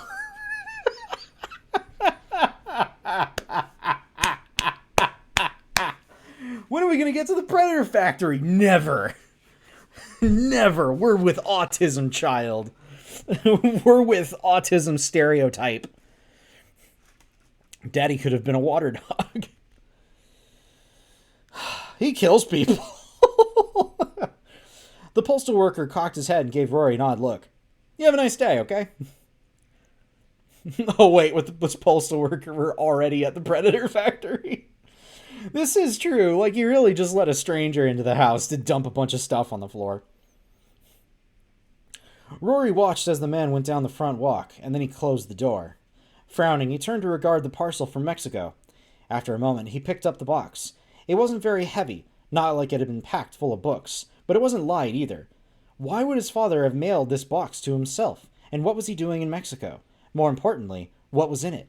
He wondered if it might be a present. His father always said he was going to bring Rory a surprise the next time he went out of town, but he always forgot. Maybe this time he had decided to mail something home, so he wouldn't forget. Rory shook the box, his curiosity growing. He told himself he wouldn't open it, not without asking his father first. But of course, if it was a present, then it had been meant for him in the first place, hadn't it? It's a postal worker, not a priest. Also, they don't dump the shit on your floor. Yeah, that is a little weird. That's a little weird. I don't think there's... I've never heard of a mailman who just brings a shitload of stuff to your door and is like, here's all your uncollected shit. Oh boy, alright. What perspective are we shifting to now? We're on chapter 4. We are not with the autism child anymore, but I don't know who this person is. Amazon dumps the shit into the bushes outside. Oh, you're right. Yeah, Amazon would be the ones to just dump your shit on the ground. Oh boy, alright, chapter 4. Casey Brackett sometimes wondered why she did this to herself. On a beautiful day when she had no classes to teach, she could have done anything with her time. Her mother would have told her to find a boyfriend, because her mother had grown up as a part of a generation that believed a woman needed a man in her life for security or a solid foundation or something. Casey didn't mind the occasional man, but her mother's attitude drove her nuts. She didn't need a boyfriend, although she wouldn't have minded an outing now and then with a circle of friends. She didn't have a circle. Laid out on a graph, her friends would have been more of a connect the dots. There were days this felt uncomfortable. But when she was being honest with herself, Casey had to admit it was her own doing. After all, she didn't really like people very much, which was why, on this beautiful day, she was sat on a bench in a dog park just outside John Hopkins, Maryland, red penciling papers from college students who were never as smart as she wanted them to be. She went through a lot of red pencils. Archie was fighting predators faster than this. Oh boy, you're not even wrong. That was, for anyone watching, and if you're unfamiliar, that did happen. That was real. Hold on.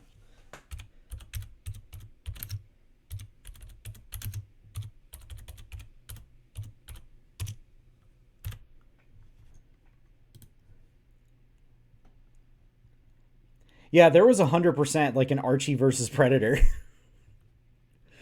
I love these covers. Look at him, he's so happy. What a happy guy. See, like, this is when ultimate polydynamic. Archie versus Predator 2? There's a second one? And it's at a real low resolution JPEG?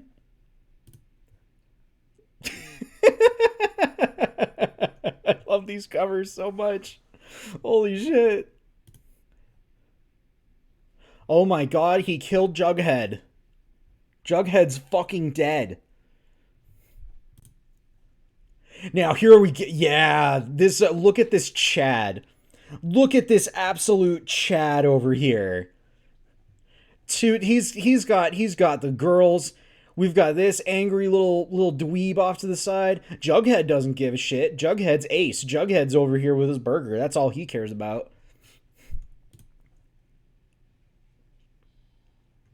Oh, I am the predator. I'm the predator. Oh my god, he really did kill Jughead. Oh my god, Jughead's fucking dead.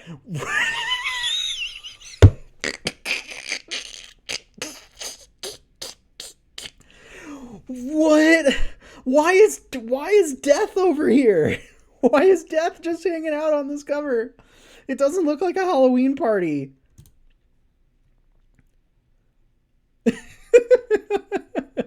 They'll never find me down here.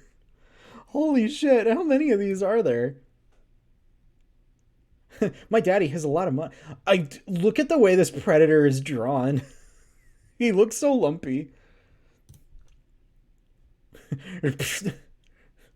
I'm actually the predator. Hello, my dear. How are there so many covers? How are there so many covers? Oh, dear. I can't believe he took Veronica over me. It's like I'm invisible. Holy shit, we're in a rabbit hole right now.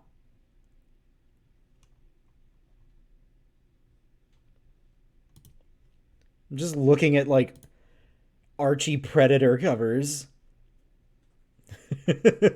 Me and my... Me and my 2 girlfriends that smoke weed. Or alternatively, me and my girlfriend and my giant monster boyfriend that smoke weed. Weed. Frenemies no more. Back off, Archie. He's mine. I'm gonna kill Archie. Fucking... I have eliminated all of Riverdale. All of Riverdale has been destroyed. How are there so many covers for this? Oh, I don't like this one. This one's hard to look at.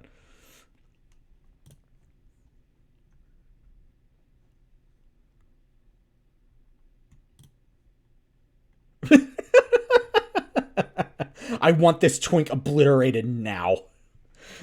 I want this twink destroyed. Having a good time, having a good time.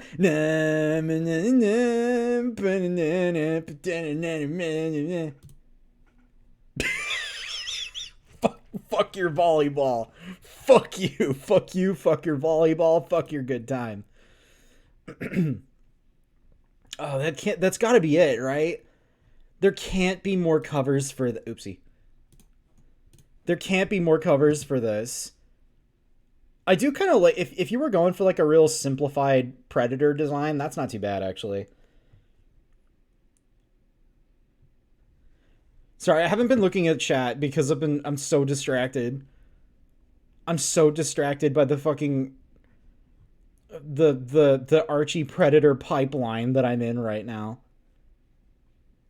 Is there... Whoa, is there... Wait a minute. Do we have, like, a fucking... Like a crossover between Archie universes and Predator? Unless that's just a variant cover, but if, like, that's the... Like, this is bonkers.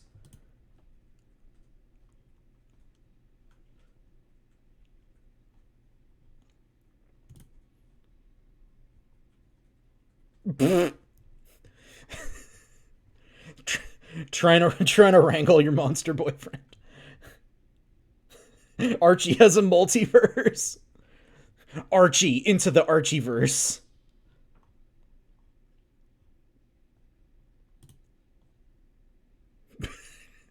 Archie versus Predator. I think I'm wondering if that's like... Oh, that's on DeviantArt. Okay, that's someone's fan art. That's fine. Oh yeah, he met the Predator. I mean, not the Predator. He met the Punisher once. Okay, that's gotta be... Like a fucking sitcom.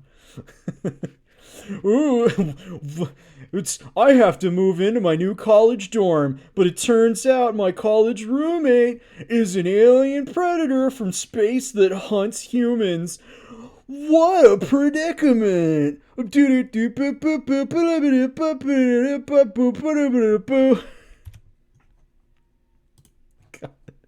All right. All right. What were y'all talking about over there? I was not paying attention to anything. I was so distracted. I gotta go back for a while. Let's see. Archie was fighting Jughead's fucking dead. More mutilations. That's not dress code Predator. Jughead vibing. Jughead resurrection. Slappy versus Predator win. It went on forever because it's better than the book. Yes, I went on forever looking at Archie fucking Predator comics because it blows. Predator versus Man Ray? The higher the chance of dying, the sexier. It's because Archie has a sense of humor. Yeah, they crossed over Archies. Archie is a fucking multiverse. So much so that there's a line where Archie's dead. Yeah, I am familiar with our Afterlife with Archie. Riverside is full of batshit AO3 fanfic shit. I am definitely aware of that. I watched like a whole video essay that was like 2 hours long about the insanity of Riverdale. Wah, wah, wah. My college roommate is this weird nerdy kid. He doesn't even know how to skin a creature and take its skull. What a wiener. Oh my god, I have completely lost track of what we were doing. Oh, right. We're at the perspective of some like college teacher or whatever. The papers were on her lap, the red pencil in her right hand. In her left, she held a braid of leashes belonging to her stupid, beautiful, goofy dogs. They were ordinarily very well behaved, which often lulled her into thinking she could bring them down to the dog park and get some correcting done. Then one or more of them would start acting like a lunatic or begging for her attention, and she'd remembered how she'd promised herself the last time that she wouldn't fool herself like this again. But it was a gorgeous day, and she did need to get her correcting done. The eruption of urgent barking sounded like Casey herself, the day she'd reamed out the sacker. The day she'd reamed out the sacker at the grocery store for putting a jug of orange juice into a bag on top of a fresh loaf of bread. Okay. All right. Okay. I'd prefer that you be nice to bag boys, especially because a lot of them are old people that like didn't think this was where they were gonna be in their lives at this point. But if you put the fucking orange juice on top of the bread, I will end you. That is a crime that I will not forgive. You do not put heavy things on top of the light things.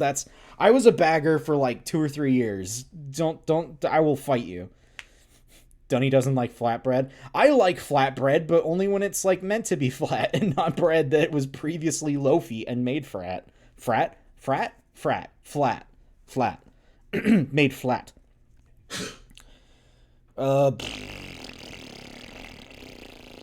Reamed the sack. Frat bread. Fraught bread. It's like it's like frotwurst, but it's bread. It's frotwurst bread. Wait. I'm thinking of the wrong. No, bread frats. I'm thinking about bratwurst. Is there a frotwurst? Is that a thing? Is frotwurst a thing, or am I thinking of something else? I'm gonna Google frotwurst.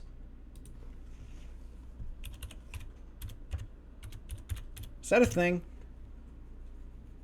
No, it just brings up the listing for bratwurst.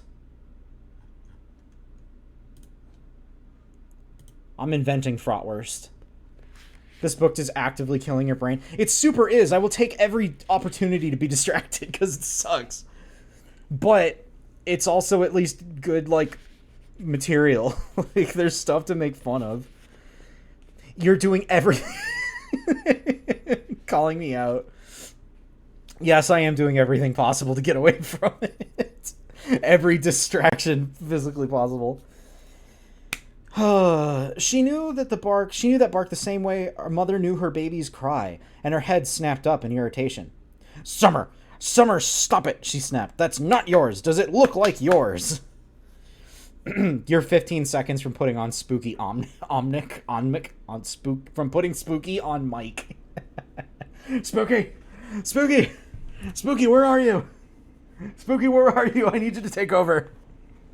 I need you to meow into the mic for an hour. Because guaranteed that'll get me the 5 more follows I need to get associate status. Anyway, okay, we're yelling at a dog. Oh, she's smarter than that. Summer, stop it. That's not yours. Does it look like yours? The dog barked twice at a toy she'd been trying to steal, and then darted away, but not without casting a rueful glance at Casey. Just the dog looking over like, she could be trouble, that one. Sometimes she would gather up the unattended toys at the dog park and piss on them. To claim for herself. I'm just gonna piss on all my controllers to mark that they're mine. Marking her stolen territory like a furry conqueror with a fetish. What? Wait. Hold on. Sometimes she would gather up the unattended toys at the dog park and piss on them to claim them for herself, marking her stolen territory like a furry conqueror with a fetish. Okay. If you don't pee on your partner, are they really yours? Good point.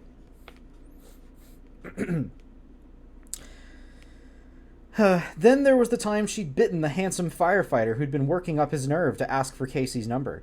She'd given the guy her number for all the wrong reasons, thinking he'd call to make her pay for whatever shots or stitches he might need. But he'd never called. She'd been both relieved and disappointed. I've mostly peed on non-partners. Then they belong... Yeah, that's what it goes. They belong to you now. That's the law. As her red pencil hovered over the paper on top of the stack on her lap, a jogger ran by with his own dog on a leash. The guy slowed down. Even in her peripheral vision, Casey saw the way he craned his neck to get a better look at her. Fantastic, she thought. I don't know if that's sarcastic or genuine. P-session is 9/10 of the law. Machine elves, you have to stop making good jokes. You have to stop this. You have to stop being better than me. The rubbernecker backtracked. The rubbernecker backtracked, dog in tow, and jogged in place beside her. She wondered if he had any idea how much of a cliche he was in that moment, or if he would care. How's it going? He said, toweling his neck. Another dog yelp came from across the park. Casey glanced over, rolling her eyes. Teddy, knock it off! You can see she doesn't like that. The dog bolted across the... I like how she talks to the dogs as if they completely understand her human speech. The dog bolted across the park towards her, tearing up the grass as he ran. Sometimes she thought the big stinker misbehaved just so she would admonish him. He rushed over and put his muzzle onto her lap, rustling her papers. Casey smiled, caressing one of his floppy ears, knowing it would calm him down. Teddy was a scoundrel, but sweet nonetheless. The jogger stood watching this exchange, apparently unaware how intrusive it was. Seen you around here, he said, extending his hand. Doug Amaturo. Hey, what's up? I'm Doug Amaturo. I run a little startup company. You might have heard of it. We're really working on bringing the synergy to the future of business. I really, do you know what fungible means? Because I've been making these tokens and they're non-fungible. I like how both of us thought this guy was an NFT bro immediately. We share one brain cell. Doug Amaturo. He scratched the ears of his well-groomed designer dog, as if to mimic her interaction with Teddy. This is barcolepsy. She has a sleeping thing. She's a labradoodle, Casey said, frowning as she studied the dog. Hypoallergenic cross between a poodle and a Labrador. So wait a minute. So you named the dog Barcolepsy? Mom said it's my turn to make fun of the apes. I want Barcolepsy. So what kind of... Okay, so it does not say what kind of dog this is. What kind of dog do you think this is? Oh, wait, no. They said Labradoodle. I'm sorry. I'm an idiot. They literally said it's a Labradoodle. But I am choosing to believe it's a Borzoi. I want it to be a Borzoi. Y'all ever seen Borzois? We're gonna look up what Borzois look like. We're looking up Borzois now.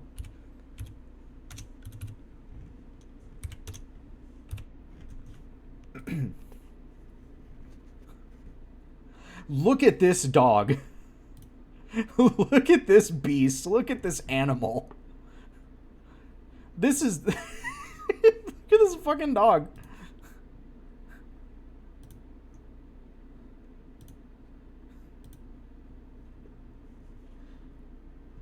Oh my god, who the hell cares? Where's the predator? No predators, only Borzoi. We're looking at Borzois now. Can I find a video that won't get, like, flagged?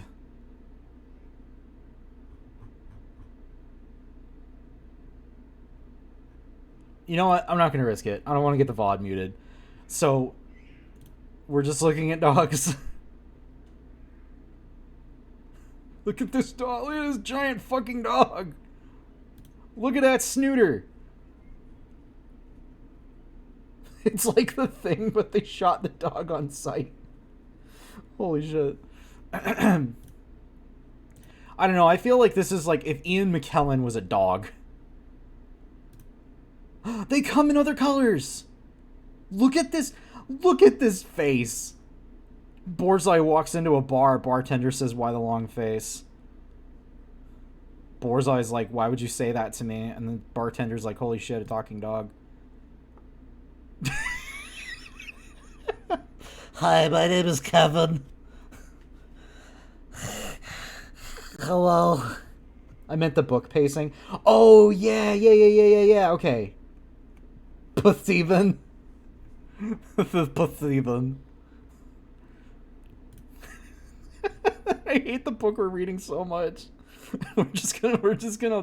We're taking every available distraction. Look at it, it's a little babushka. It's a little babushka dog. Woof. Alright. A Borzoi ring! Holy shit, that's awesome. Just pretend the book said a slur out loud.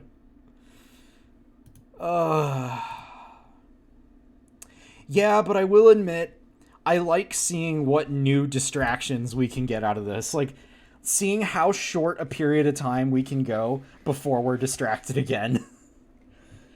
The guy, Doug... Oh, wait, no. Gathering her papers, she stood up abruptly and began to walk. The guy, Doug, trailed after her persistently. Right, that's right, he said, eager to please. Are you a breeder? Oh my god, you can't just ask someone if they're a breeder. Shake my head, misleading title. I came for listening to a novel. I get puppies. Yeah. Look, it's because the dogs are more interesting. It's because this book fucking sucks. But to be fair, it's based on a movie that sucks. So I don't even really want to give like the author too much crap because like this movie was bad. Like this movie was bad. Kink shame. Cis men and cis women shouldn't breed.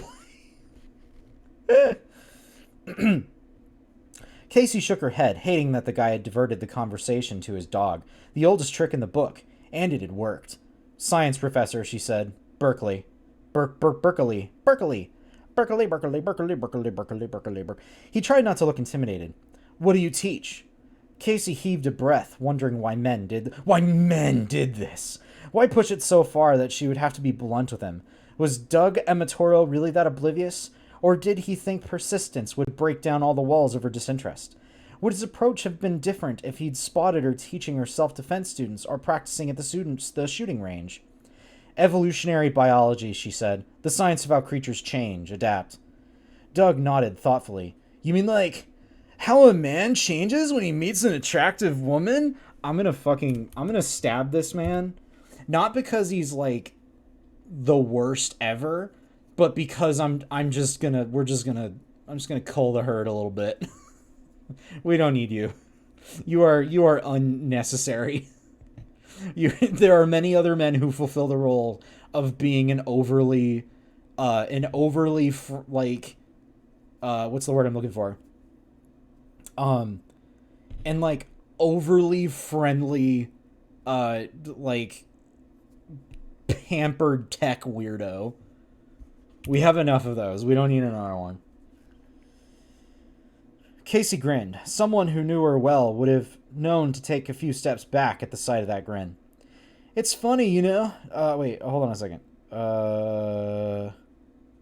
It's funny, you know. Darwin thought it was about agility and intelligence, but nowadays, you just have to be a rich, fat white guy.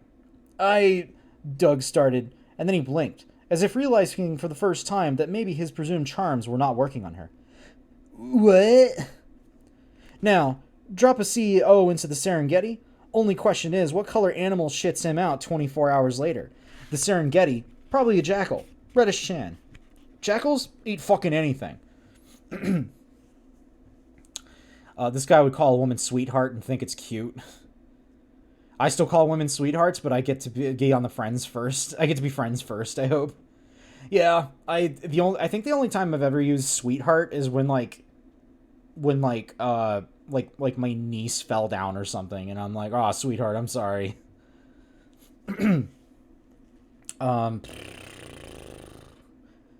Doug visibly gulped. She saw his Adam's apple bob as he swallowed.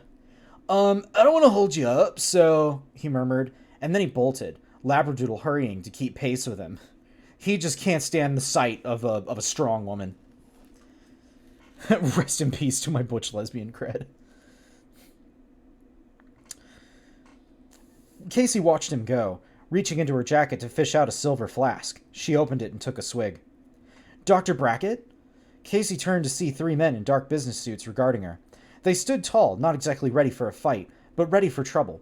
Immediately, she thought of federal agents, or somebody's expensive bodyguards. Then she spotted a fancy sedan idling at the curb, and the government license plate on the back, and she knew her first guess had been on the mark. I understand you enjoy stargazing, said the agent who'd spoken. Casey flinched. Her thoughts flickered. She'd heard the words before, but never expected to hear them again. My men will take care of your dogs, the lead agent said. Would you come with me, please? Jervis, take care of my dogs. Be weird. Excellent strategy. Rattled and hating to show it, she let them take her paperwork and the leashes she'd been holding, and then allowed them to lead her to the sedan.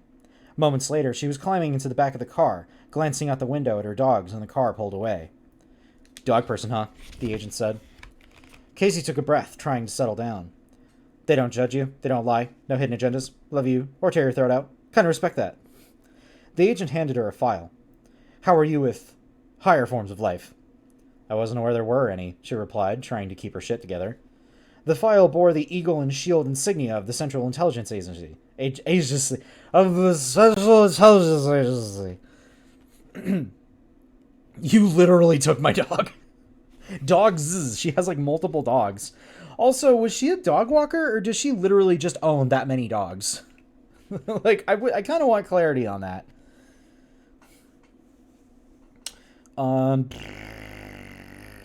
Dog hoarder. The file bore an eagle. The file bore an eagle and Central Intelligence Agency. Casey Ober and Stata Top Sheet. Both teachers make dog shit money. True.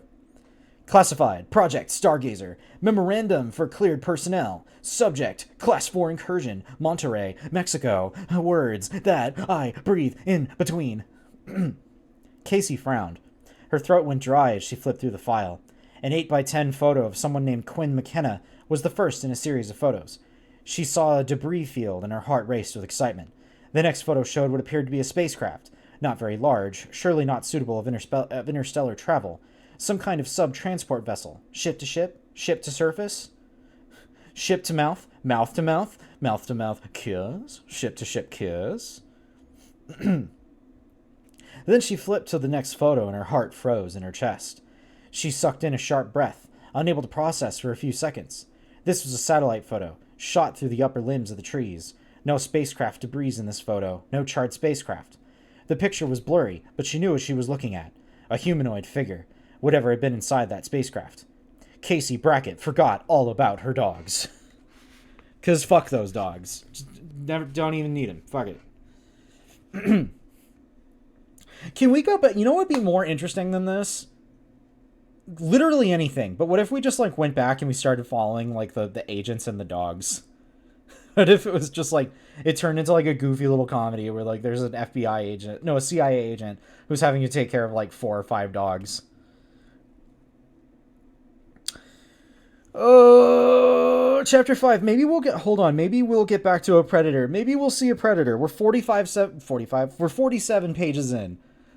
Maybe we'll see a predator. The predator will be here. The predator is coming. He'll be here.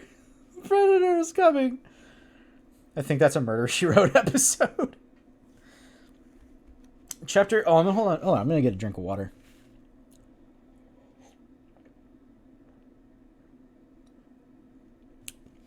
Man, remember when we were looking at Borzois? Remember when we just started looking at cool dogs? Man, that was awesome. That was cool. I liked that. Chapter 5, Veterans Administration, Chattanooga, Tennessee.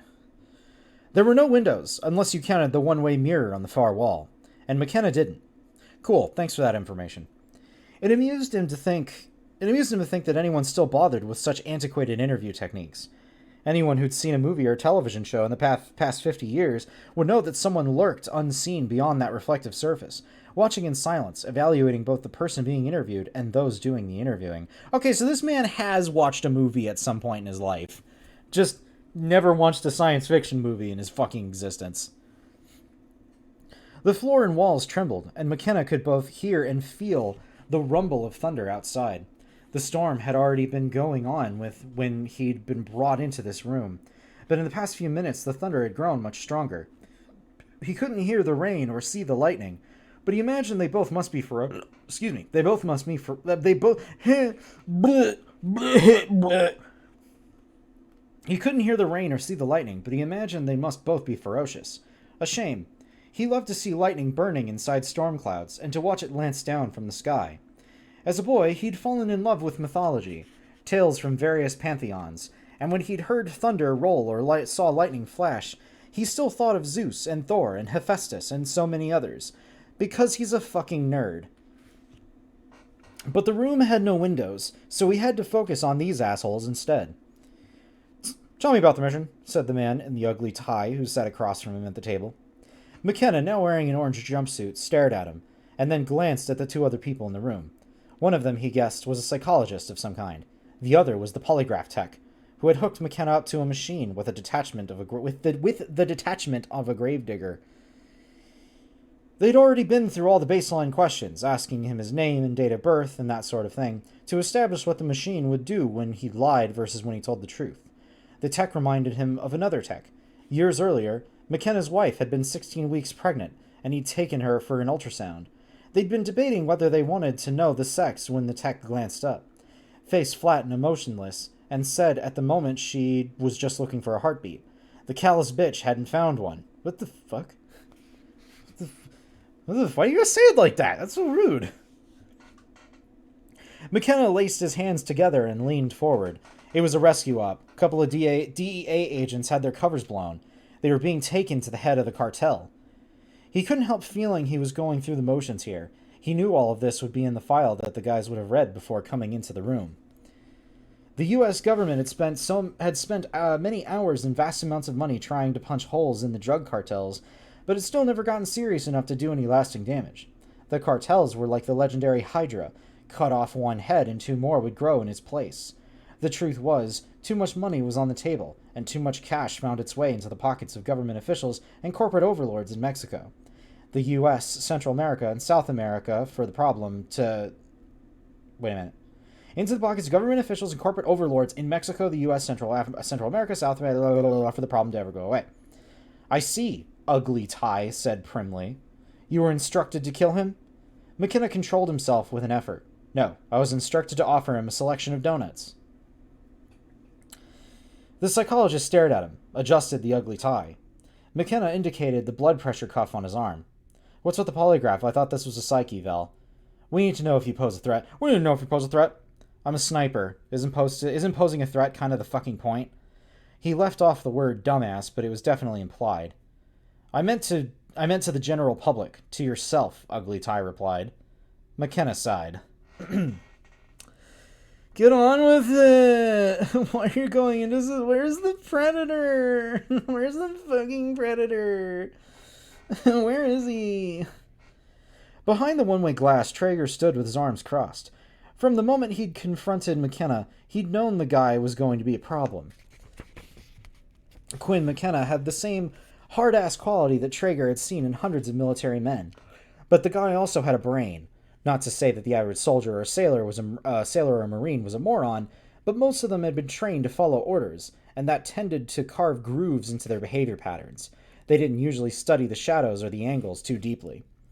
McKenna, though, this son of a bitch was a born questioner of authority. How he had served this long in the Rangers was a mystery. He'd done what he had been told for several years, but his records showed several insubordination incidents, all of them minor. McKenna followed orders. That hadn't ever been a problem, but he always wanted to understand why he was doing so. In the darkness, the readout from the polygraph flickered on the screen. Traeger stood with his aide, Saper, and studied the screen closely. "He's good," Traeger said with a chuckle. But the quiet laugh wasn't amusement, it was irritation. Saper sensed that and handed Traeger a bowl of Nicorette. Stream sponsored by Nicorette. Traeger had been chewing the damn things nonstop, and he took one now, almost without thinking about it. "He was tortured in Kandahar," Sapir said. "Didn't break once." "What does he want, a medal?" Traeger sneered. "Actually, I know, Silver Star. That's why we have to tread lightly. We can't just bury him behind the woodshed." He popped the Nicorette. "Strip the nicotine." Oh, wait, no. Never mind. They didn't stay the brand. He popped the nicotine gum into his mouth and started chewing. "I think you're supposed to park that in the corner of your..." Saper began. Traeger shot him a withering glance. "You say something?" Saper kept silent. Traeger kept chewing vigorously, waiting for the nicotine rush. He needed it. I need my nicotine rush. I need it. I fucking need my nicotine. Remember when we were looking up images of comic book covers for Archie versus Predator? That was fun. I liked that. That was a good time. McKenna was bored. He rolled his eyes. "Yeah, hey, right back at you, buddy." "Yeah, if you chew it, you're going to get surges and you'll still be addicted, you stupid fuck." McKenna was bored.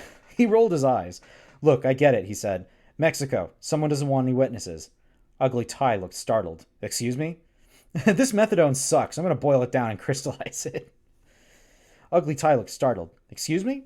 McKenna looked him in the eye, and then fixed each of the other guys in the room with a brief but meaningful stare. "You're not here to find out if I'm crazy. You're here to make sure the label sticks." Making an effort to regain control of the situation, Ugly Ty arched an eyebrow. "You think you're being railroaded, is that it?" "I can see the tracks on the floor," McKenna replied. The tone in the bastard's voice confirmed it all. Sounding paranoid would only help their case if they wanted to discredit him. He sighed. By the way, I don't really see tracks on the floor. Relax, Jesus." Undeterred, the asshole went on. "You spent most of your time now in country, estranged from your wife and son, alone." Ugly Ty glanced at the polygraph. McKenna didn't have to look to know where the needle would be flickering now. He could feel his anger boiling. You feel like a stranger on your own planet, don't you? Don't you, Captain, huh? Don't you? Don't you? McKenna tilted his head, studying the man. "Like, alien, you mean?" It felt like every molecule in the room had stopped moving. Even the polygraph tech seemed to hold his breath. "Is that what you wanted?" McKenna asked. "Do I get a cookie now?" "I want you to know I haven't ad-libbed anything for a little while. He's just saying all this." The psychologist stared at him, half in triumph, half as if he was a wild beast that might spring forward at any second. McKenna didn't think he'd be getting any cookies. "I can't take it." Yeah, this is rough. Oh, this is a rough time. I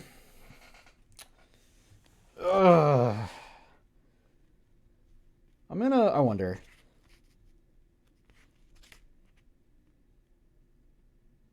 Oh, wait a minute. Okay, hold on a second. I'm gonna do something. I'm skimming.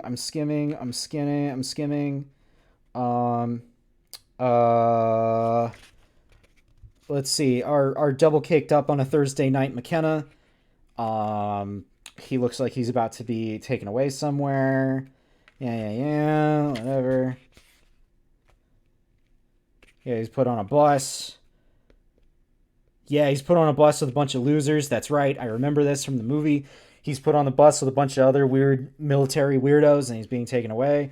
I'm skipping ahead to chapter 7 because I think we'll see the Predator in it. I saw the word creature on a table. Maybe we'll see a Predator. So I'm going to skip ahead, okay? We're skipping chapter 6. We're going to chapter 7. Casey Brackett held her breath as the pilot guided the MH-60 Pave Hawk helicopter over a dam and what appeared to be a sleek, modern water reclamation plant.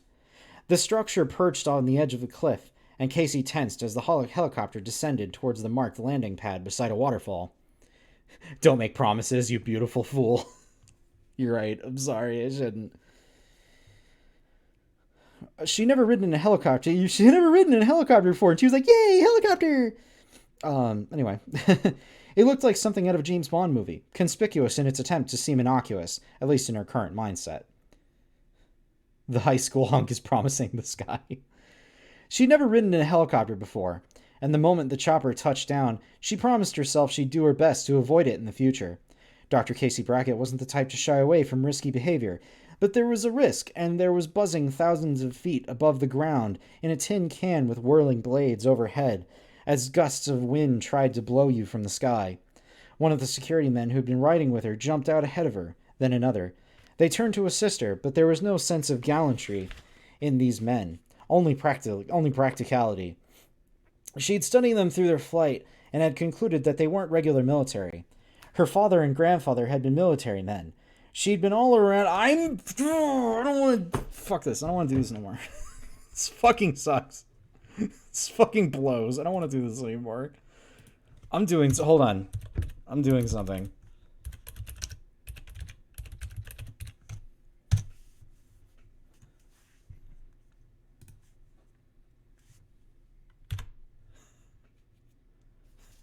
Guess what we're doing? I typed in Predator fanfiction. Let's see. What do we have? What do we have? What do we have available? What are the oldest ones?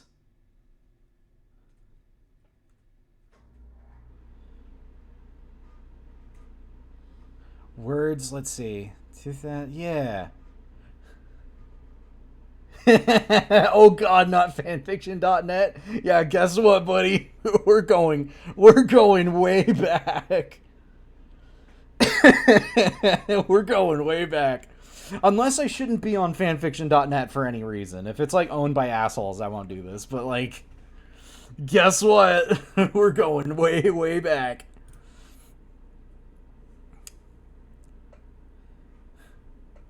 By J. DeLuca.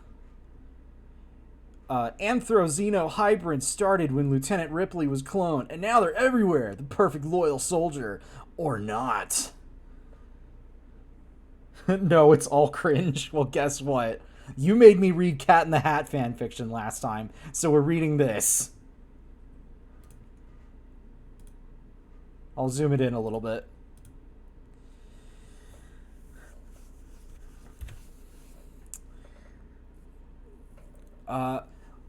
Anthrozeno hybrids. Oh wait, Anthrozeno hybrid, aka Freaked. Anthrozeno hybrids are genetically engineered human xenomorph crosses, first made when trying to produce the xenomorph alien by cloning Lieutenant Ellen Ripley on the Auriga.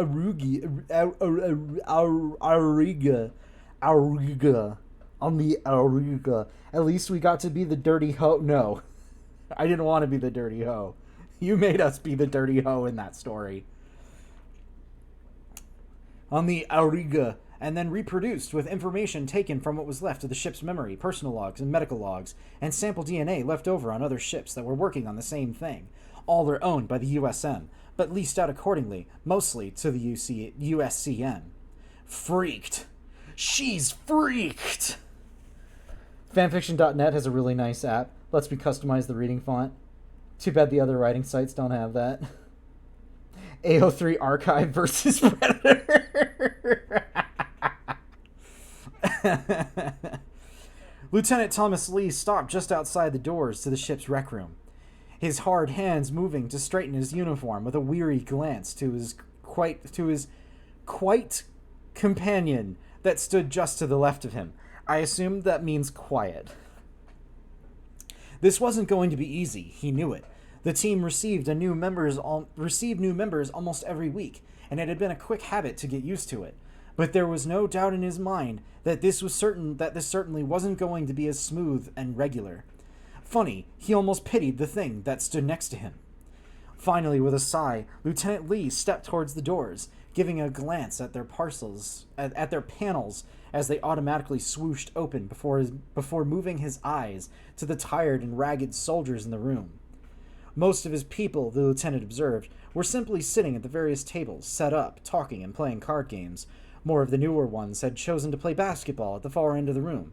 They'd soon learn to conserve every bit of energy they could spare. Stopping just a few steps away from the door with his new soldier standing at ease position behind him, the lieutenant cleared his throat, only to watch in amusement as the dozen or so newer people scrambled to get in information and stand at attention, not even taking the time to register that the older, more experienced soldiers hardly even glanced up at their commanding officer. All right, ladies and dickheads, at ease. Ladies and dick... I'm going to say that next time I walk into a room. What's up, ladies and dickheads? He motioned for his soldiers to sit with a flick of a leathery hand, waiting for a few seconds as his people settled into chairs and benches. It seems that command thinks that we're in need of a new unit, so they've sent us this. His tone was almost something of disgust, sending his nose into a slight wrinkle as he jabbed his thumb back towards the being that stood behind him, indifferent to the tone of his voice. Whoa, boy! Woo, boy! The lieutenant found himself interrupted, his eyes detecting the source with a rather annoyed smirk. Not surprised in the least that it was one of his older soldiers, Private James Whitcomb, the ass of the 24 USCM soldiers. Oh joy. What's up? It's your boy, Skinny Penis. Here to fight space war. It's your boy, Private Skinny Penis. What do we have here? James Whitcomb, known as Wit to his comrades because they lacked imagination, slowly stood, a sly grin on his face as he clumsily pushed his way through the group of newbies and walked towards the group's new hottie, trying to swagger over in his coolest and most desirable way. Needless to say, he almost ended up on his ass after tripping over his own feet, ignoring the disapproving and almost warning glance from the LT and jeers from his friends as he moved to the tall, dark, and purely fuckable newbie that stood just to the left and behind his commanding officer, simply not observant enough to see the rather stony and military look on the woman's face. That, Lieutenant Lee said, turning slightly to look at Wit and to the new unit on his team, is our Anthrozeno hybrid unit. Skinny Penis and his Borzois in the house. Let's go. Brr, brr, brr, brr, brr. Holy bugod. Holy bugod. Wit is now a chicken. Wit is a chicken. Bugod. Holy bugod. Wit nearly screamed, jumping back to the completely still and space-looking figure in front of him. A loud mass of murmurs and comments of disapproval followed Wit in sentiment. Someone even managed to lob a couple of kernels of popcorn at the quiet figure. Jesus, LT, you could have told me I was coming on to a goddamn freaked. It doesn't matter, Wit. You know you've fucked bugs before. A couple snickers rose from one of the far tables. All 5 that sat there had been part of the original members of the team, and not one of the 5 didn't look it. Their expressions were tired, and their bodies were hard, both from long hours of extermination assignments. It was obvious that they weren't happy with their new teammate. Hold on a second. I'm going to do something real quick. My nose is running. Hold on.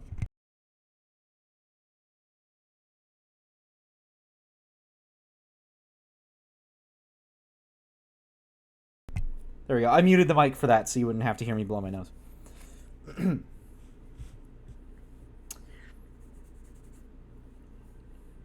Where were we? It doesn't matter, Wit. You know you've fucked bugs before. A couple snickers rose from the far tables. All 5 that sat there had been part of the original members of the team, and not one of the 5 didn't look at... Oh, yeah, we got through that. Come on, LT, you don't expect us to go out on missions with that thing. To emphasize her point, the soldier lobbed another couple of kernels at the freaked. How do you know it's not going to turn on us and play with its brothers and sisters, huh?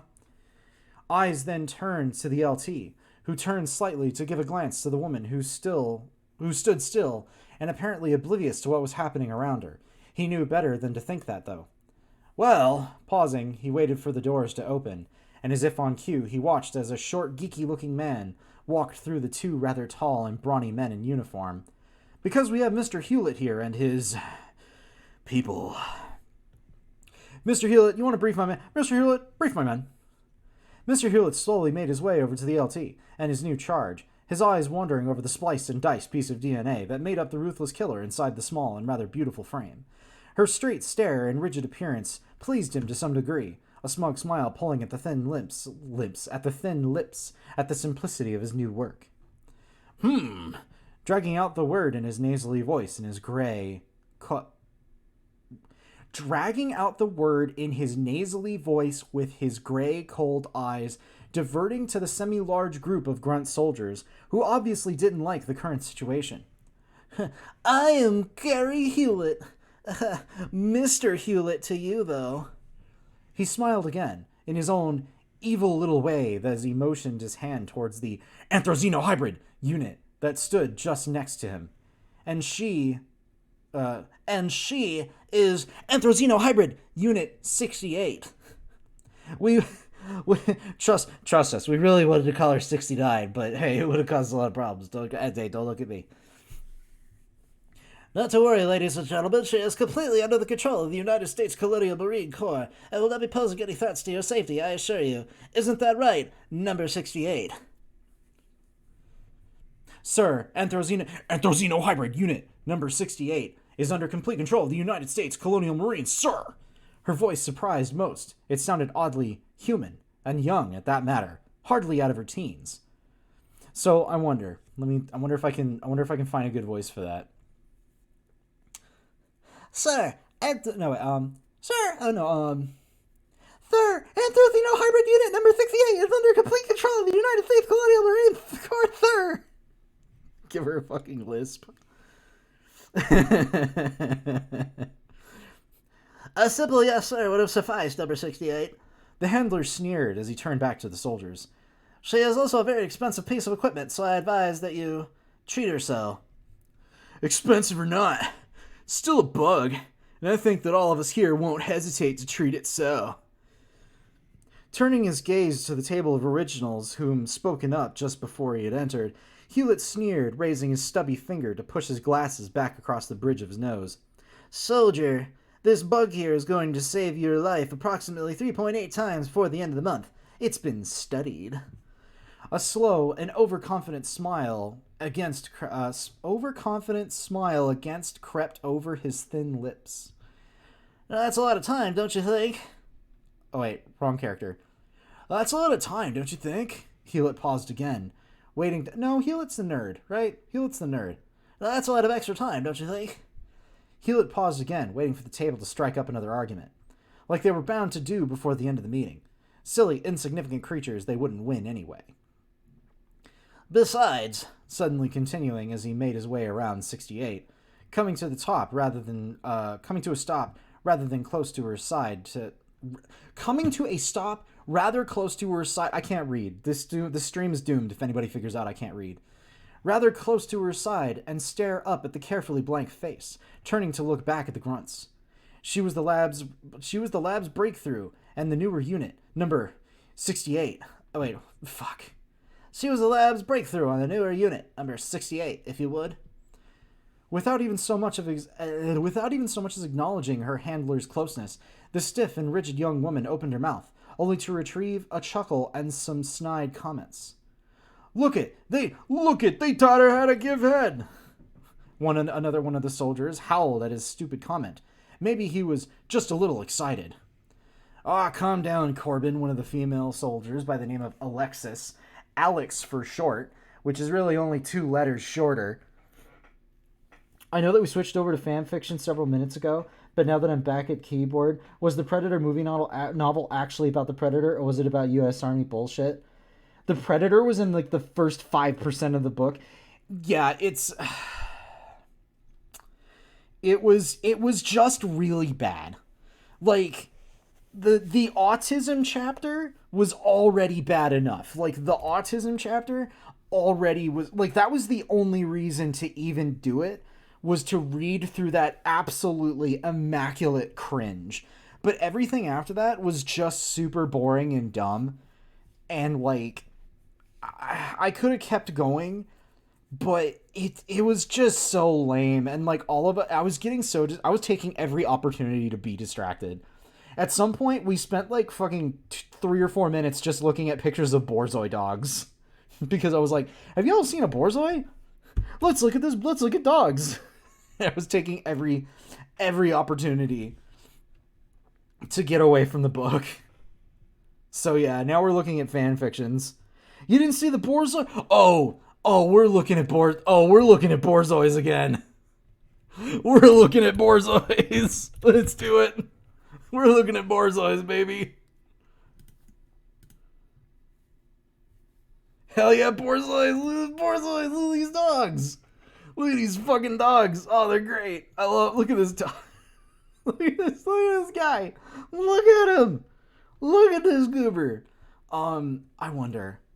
I have an idea. Zuko, I'm not going to need you for the rest of this stream. It'll be fine. Ah, shit.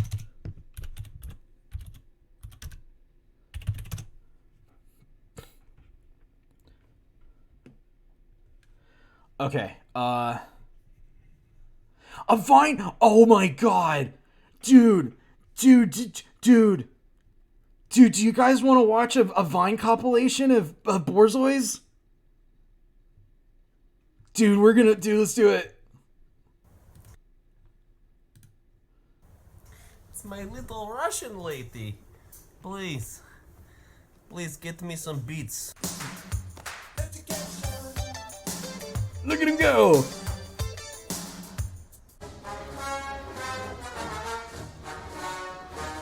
I'm gonna have to mute part of this stream, but you know what? Fuck it. This stream was a mess anyway.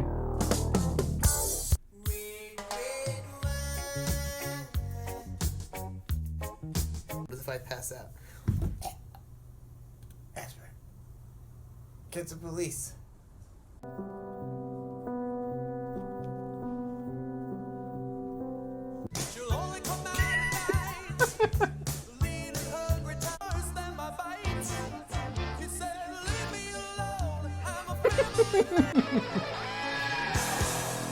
A singer in a smoky room. Look at it. Aww. Oh, I love looking at. I could do this all day. What's wrong with your snooter? Your snooter's crooked.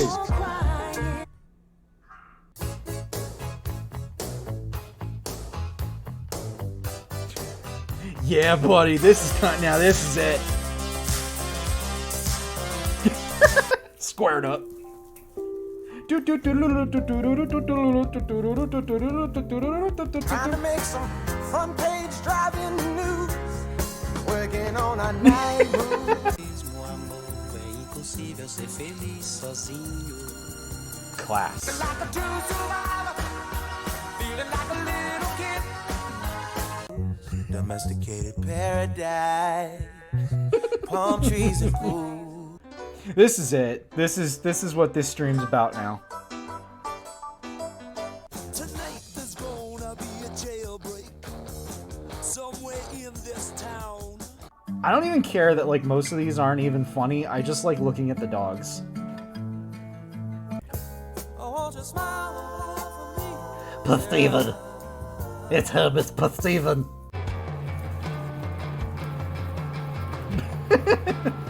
Reverse polarity. I found this creature at the side of the road. Not sure it might be a kangaroo. Hey little sister, who's the one you want? Hey little sister, shotgun. Steven. Oh. Ew. Boy, they really like looping this same Borzoi. The Borzoi running in circles.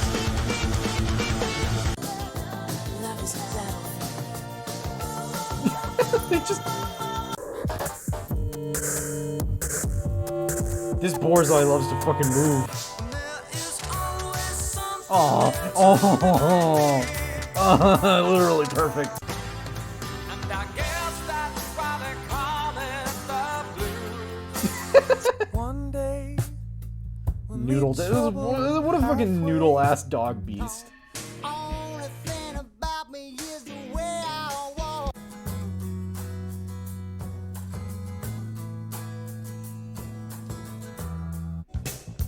Ew, don't show me these people kiss. Yeah, there you go. That dog wants in.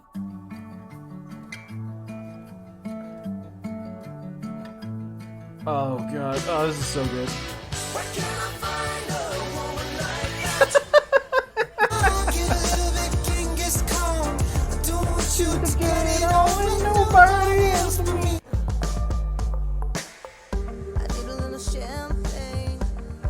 Oh hell yeah.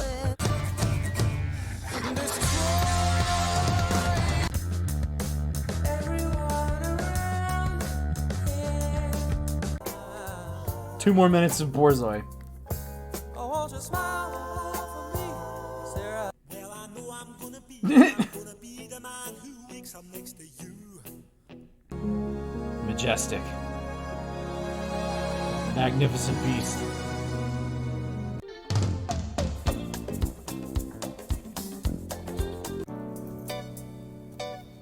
Oh, that song doesn't even match up at all. Come on.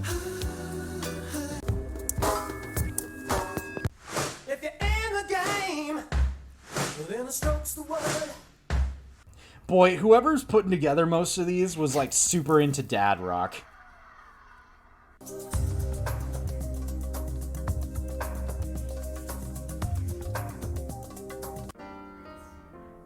What have I gotta do to make you care? Okay, I'm sick of this dude's mug.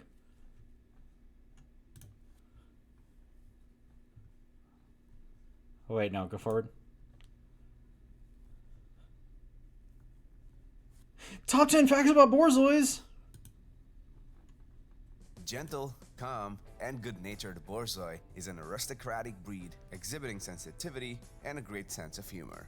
Cherished for their agreeable temperament, Borzois are a princely package of grace and glamour in full stride.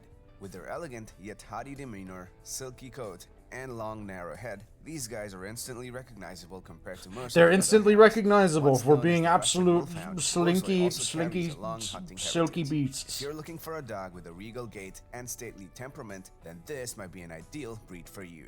Now, without further ado, let's take a look at our list of top 10 interesting facts about the Borzoi.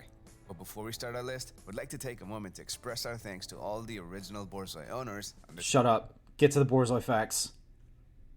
I want facts about Borzois. That's why I'm here. Tell me Borzoi facts, Origin please. And history.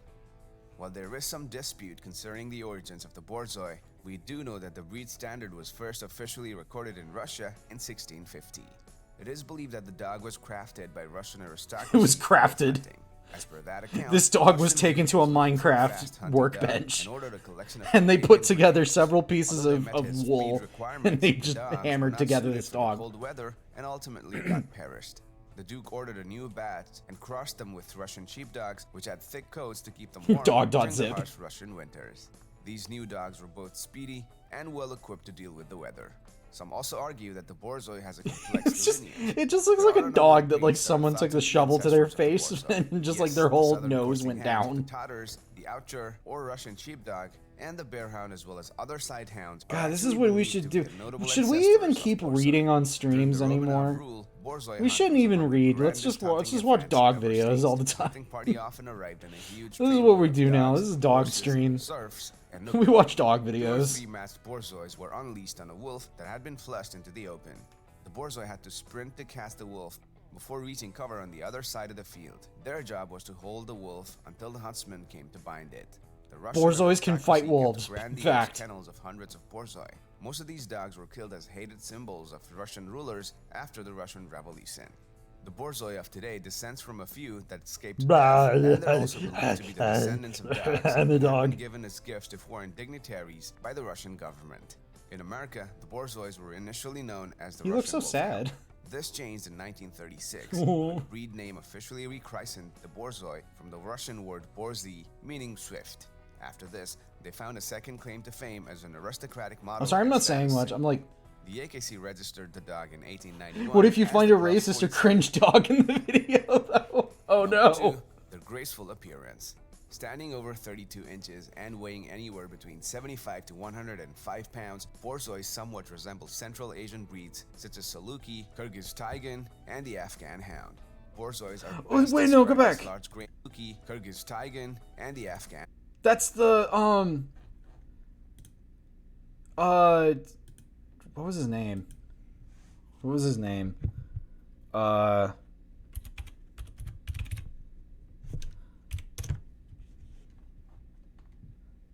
Christopher Lee. Yeah, it's a Christopher Lee dog.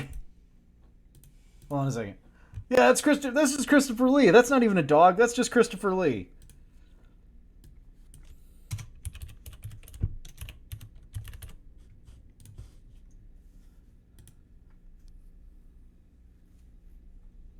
This is what he looks like.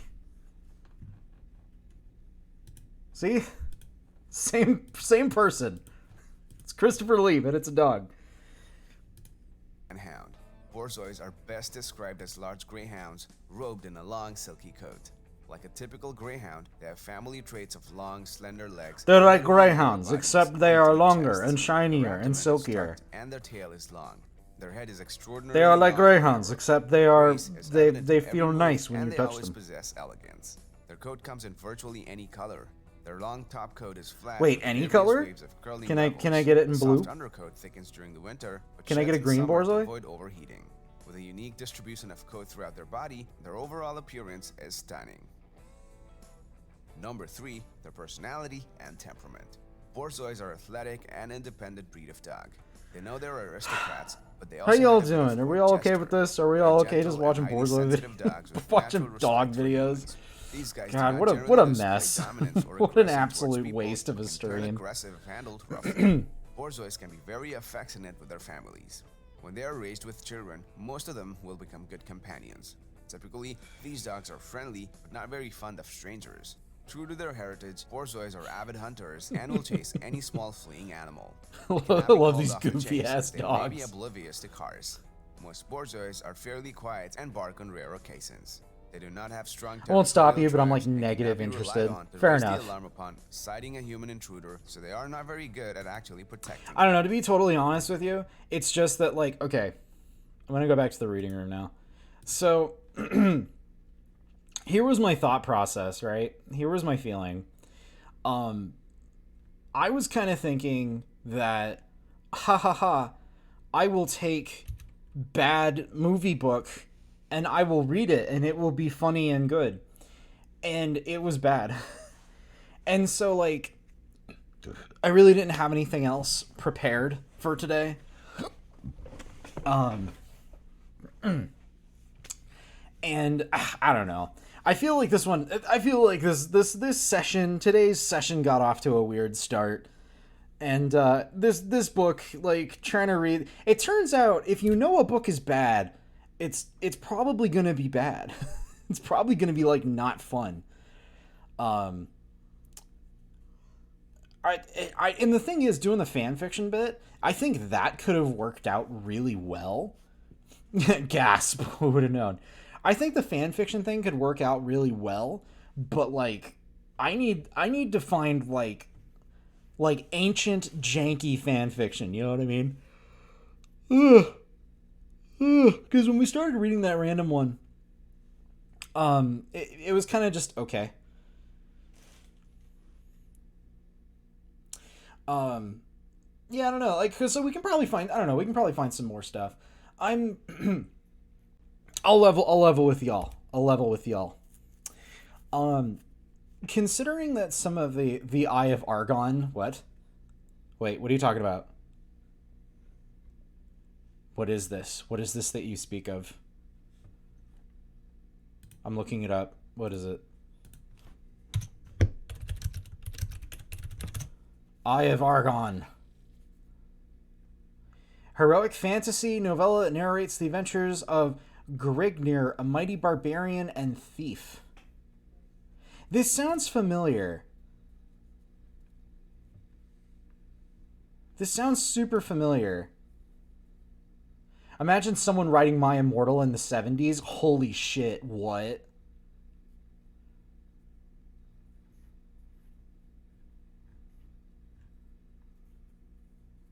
Whoa, wait. This is new to me. This is new to me. It's a heroic fantasy novella. This is written by 1970.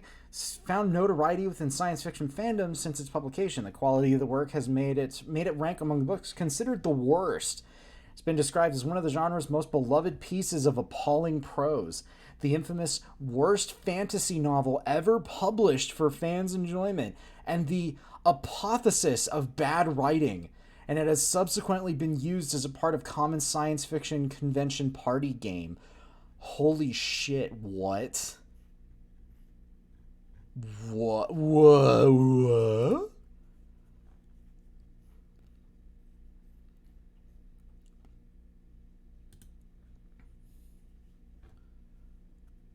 Oh, is this just all of it?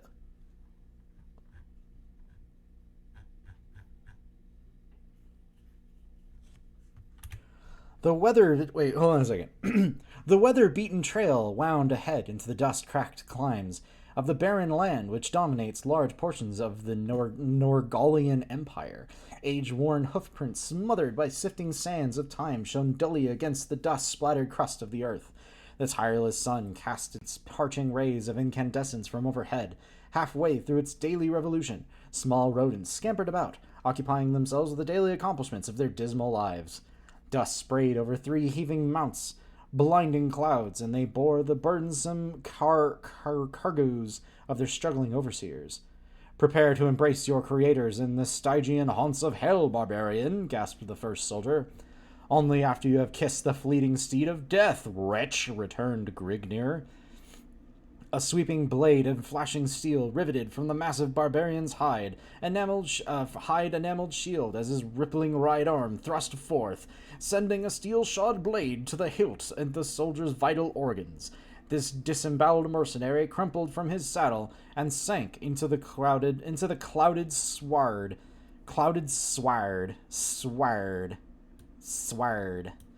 sprinkling the parched dust with crimson droplets of escaping life fluid. The enthused barbarian swiveled about, his shock and fiery red hair tossing robustly in the humid air currents as he faced the attack of the defeated soldier's fellow in arms. "Damn you, barbarian!" shrieked the soldier as he observed his comrade in death. A gleaming scimitar smote a heavy blow against the renegade's spiked helmet, bringing a heavy cloud over the accordion's misting brain.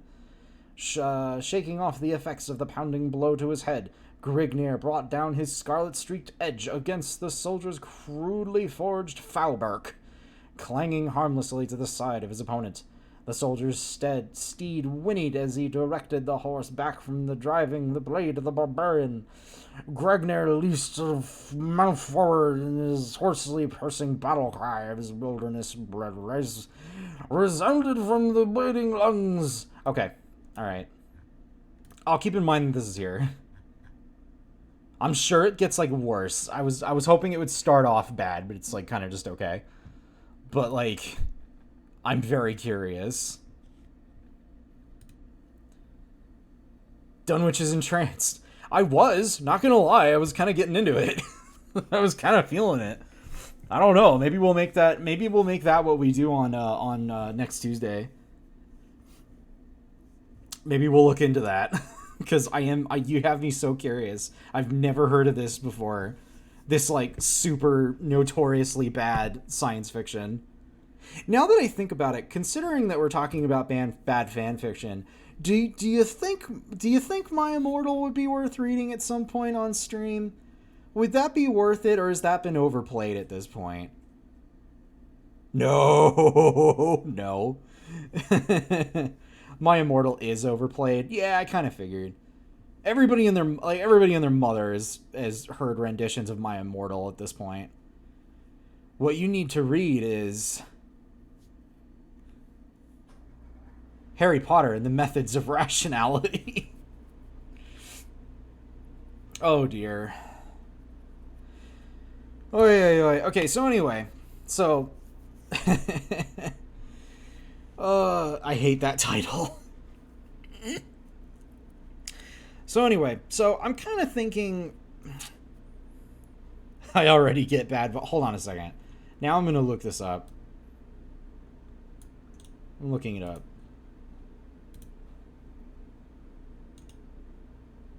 Paste and go.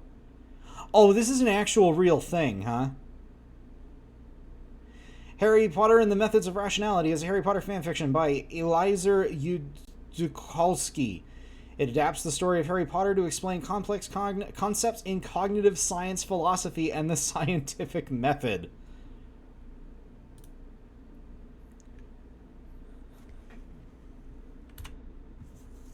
Wait a sec. Upon arriving at Hogwarts, Harry attempts to apply the scientific method to the study of magic with the help of Hermione Granger. At the same time, he befriends Draco Malfoy and tries to show him the power of Muggle science. Eventually, Harry finds a mentor in Professor Quirrell, unaware that he is in fact Tom Riddle, who caused chaos and war in magical Britain under the persona of Lord Voldemort before Harry was born. Despite his efforts to think rationally, Harry develops an emotional blind spot towards subtle indications of Quirrell's secret and grows to trust him deeply. Quirrell's plot to acquire Philosopher's Stone secretly held at Hogwarts, which would make him immortal. He breaks into Azkaban with Harry's help to free his Lieutenant Bellatrix Black. Seeing Harry's friendships as a threat, he frames Hermione for the attempted murder of Draco using a false memory charm. When Harry sacrifices his inheritance as a payment to the House of Malfoy to save Hermione from going to Azkaban, Quirrell has her killed by a troll. Harry remains oblivious to Quirrell's true intentions until Quirrell finally moves to acquire the stone, revealing himself as Riddle. Voldemort threatens Harry with the death of the entire Hogwarts student body unless Harry agrees to help him retrieve the stone. Voldemort also promises to use it to resurrect Hermione. They trigger a trap set by Headmaster Dumbledore, but Dumbledore reverses it and sacrifices himself to save Harry, letting Voldemort take the stone. After resurrecting Hermione as agreed, Voldemort prepares to ritualistically kill Harry to nullify a prophecy. Harry uses novel magic that has been discovered with the help of Muggle science and kept secret from Voldemort to defeat him, then takes the stone, planning to use it to grant health and immortality to all wizards and Muggles alike. Okay. That sure is a thing. That sure was fucking something. What? Yeah, I'm right there with you, buddy. Oh boy. Okay. Alright. So like I said, this stream's a mulligan. I'm calling a mulligan on this entire stream. I can't even post the VOD for it now because the fucking Borzoi videos. There's too much copyright music in that Vine compilation. But that's fine. That's fine. Nobody is gonna fucking be upset at missing The Predator. Nobody's gonna fucking care to miss this. We don't need a VOD of this. It's fine. It's fine. If anything, this was just me fucking doofing off with my friends. I'll be upset I can't rewatch the VOD. Aw. Okay, well maybe I can try to get the VOD up anyway. I'll try putting the VOD up. I'll see what I can do. It'll probably just ask me to like trim out that entire segment or something. I'll figure it out. Anyway. Oh, golly gee willikers. Okay. Alright. So I think we're gonna call it for stream today. We read some Predator. We looked up some Archie Predator crossover. We looked at Borzois. We took every opportunity to be distracted because this book eats a bag of shit. Because the movie is bad. The movie is very, very bad. So I feel like I can't blame the authors for like doing what they could. But at the same time, even the novel is still really bad. I say that, but I don't think I would make the time to watch the VOD despite knowing I'd have fun doing so. I'm bad at time. That's okay. At this point, I just like having the VODs available because I like I said, I like being background noise. I like creating content that people can use as background while they're doing something else. But yeah, I'll see if I can still put this up. I'm just gonna have to like trim out the entire bit with the fucking Borzois. Thank you, Seti. I will say I do like art. I am art. My voice is art. You really should start a podcast, LOL. Here's the thing. Here's the funny fucking thing. I actually did that once. I had a very, very short-lived. I did 2 episodes of it. But I did 2 podcast episodes, and I put them on my YouTube channel. I've since kind of scrubbed them because I didn't like them. The quality was really jank. But I called it Barking at the Void. I called it Barking at the Void, and I would just talk about fucking anything. Like, I would just talk about, like, whatever. Like, I would pick a couple of topics, like, at random, and then just go off. And it would just be, I would just, like, spin a mental wheel, and it was just, like, wizards? Fucking wizards. And then I just go off. I just bark at the void about fucking wizards. I don't know, maybe that's an idea to come back to. I suppose that's not a bad idea. That might actually be something to think about. Because we could, anything podcasts are really fun, but I imagine those are a lot easier to pull off with a cast of cohorts than just one host. Yeah, and to be fair, I kind of see these as being like, I think lately I'm starting to see these like live reads, these streams that I do, they almost kind of feel like you said, like it's already kind of podcasty, because I'm not really the bulk of the attention isn't necessarily going to the book. It's going towards me fucking around with it. And taking every opportunity to just dunk on whatever I'm reading and go off. I love getting distracted. I love being distracted. Okay, so anyway. All right. We are at the 3-hour mark. It's time to start closing things down. But to be fair, you also do a lot of visual stream stuff, and visuals are anti-podcast. Yeah, that's true. But there are such things as video podcasts. Also, a lot of the visual gags that I do, is kind of there for people who are watching. But for the most part, I try to make this so that you can just be listening and you won't miss too much. I watch a podcast that has slides. There's a podcast that I check out every now and again that's it is straight up like a video podcast that's about wrestling. OSW? I think it's Old School Wrestling Review. Something like that. But I watch them every now and again, and they're just like 3 Irish guys that talk about like old pro wrestling from like the 80s to the early 2000s era. I listen to a podcast in video form. It sometimes puts up fan art of the podcast spontaneously during streamcast, pod stream, stream pod, podstrom, stream pod. But anyway, so yeah, I think we'll go ahead and call it for today. Thank you all for coming. Thank you all for joining this absolute fucking train wreck of a stream. Once again, who knew that if you try to read a book based on a bad movie, it's probably going to be bad and like not fun to read. I will rest. I don't know what I'm going to do now. Oh, but no, you know what I am going to do? You know what I'm going to do? You know what I'm going to do real quick while we end this off? I'm gonna go big mode. I'm going big mode. I'm big moding. Everyone stand back. I'm about to blorb.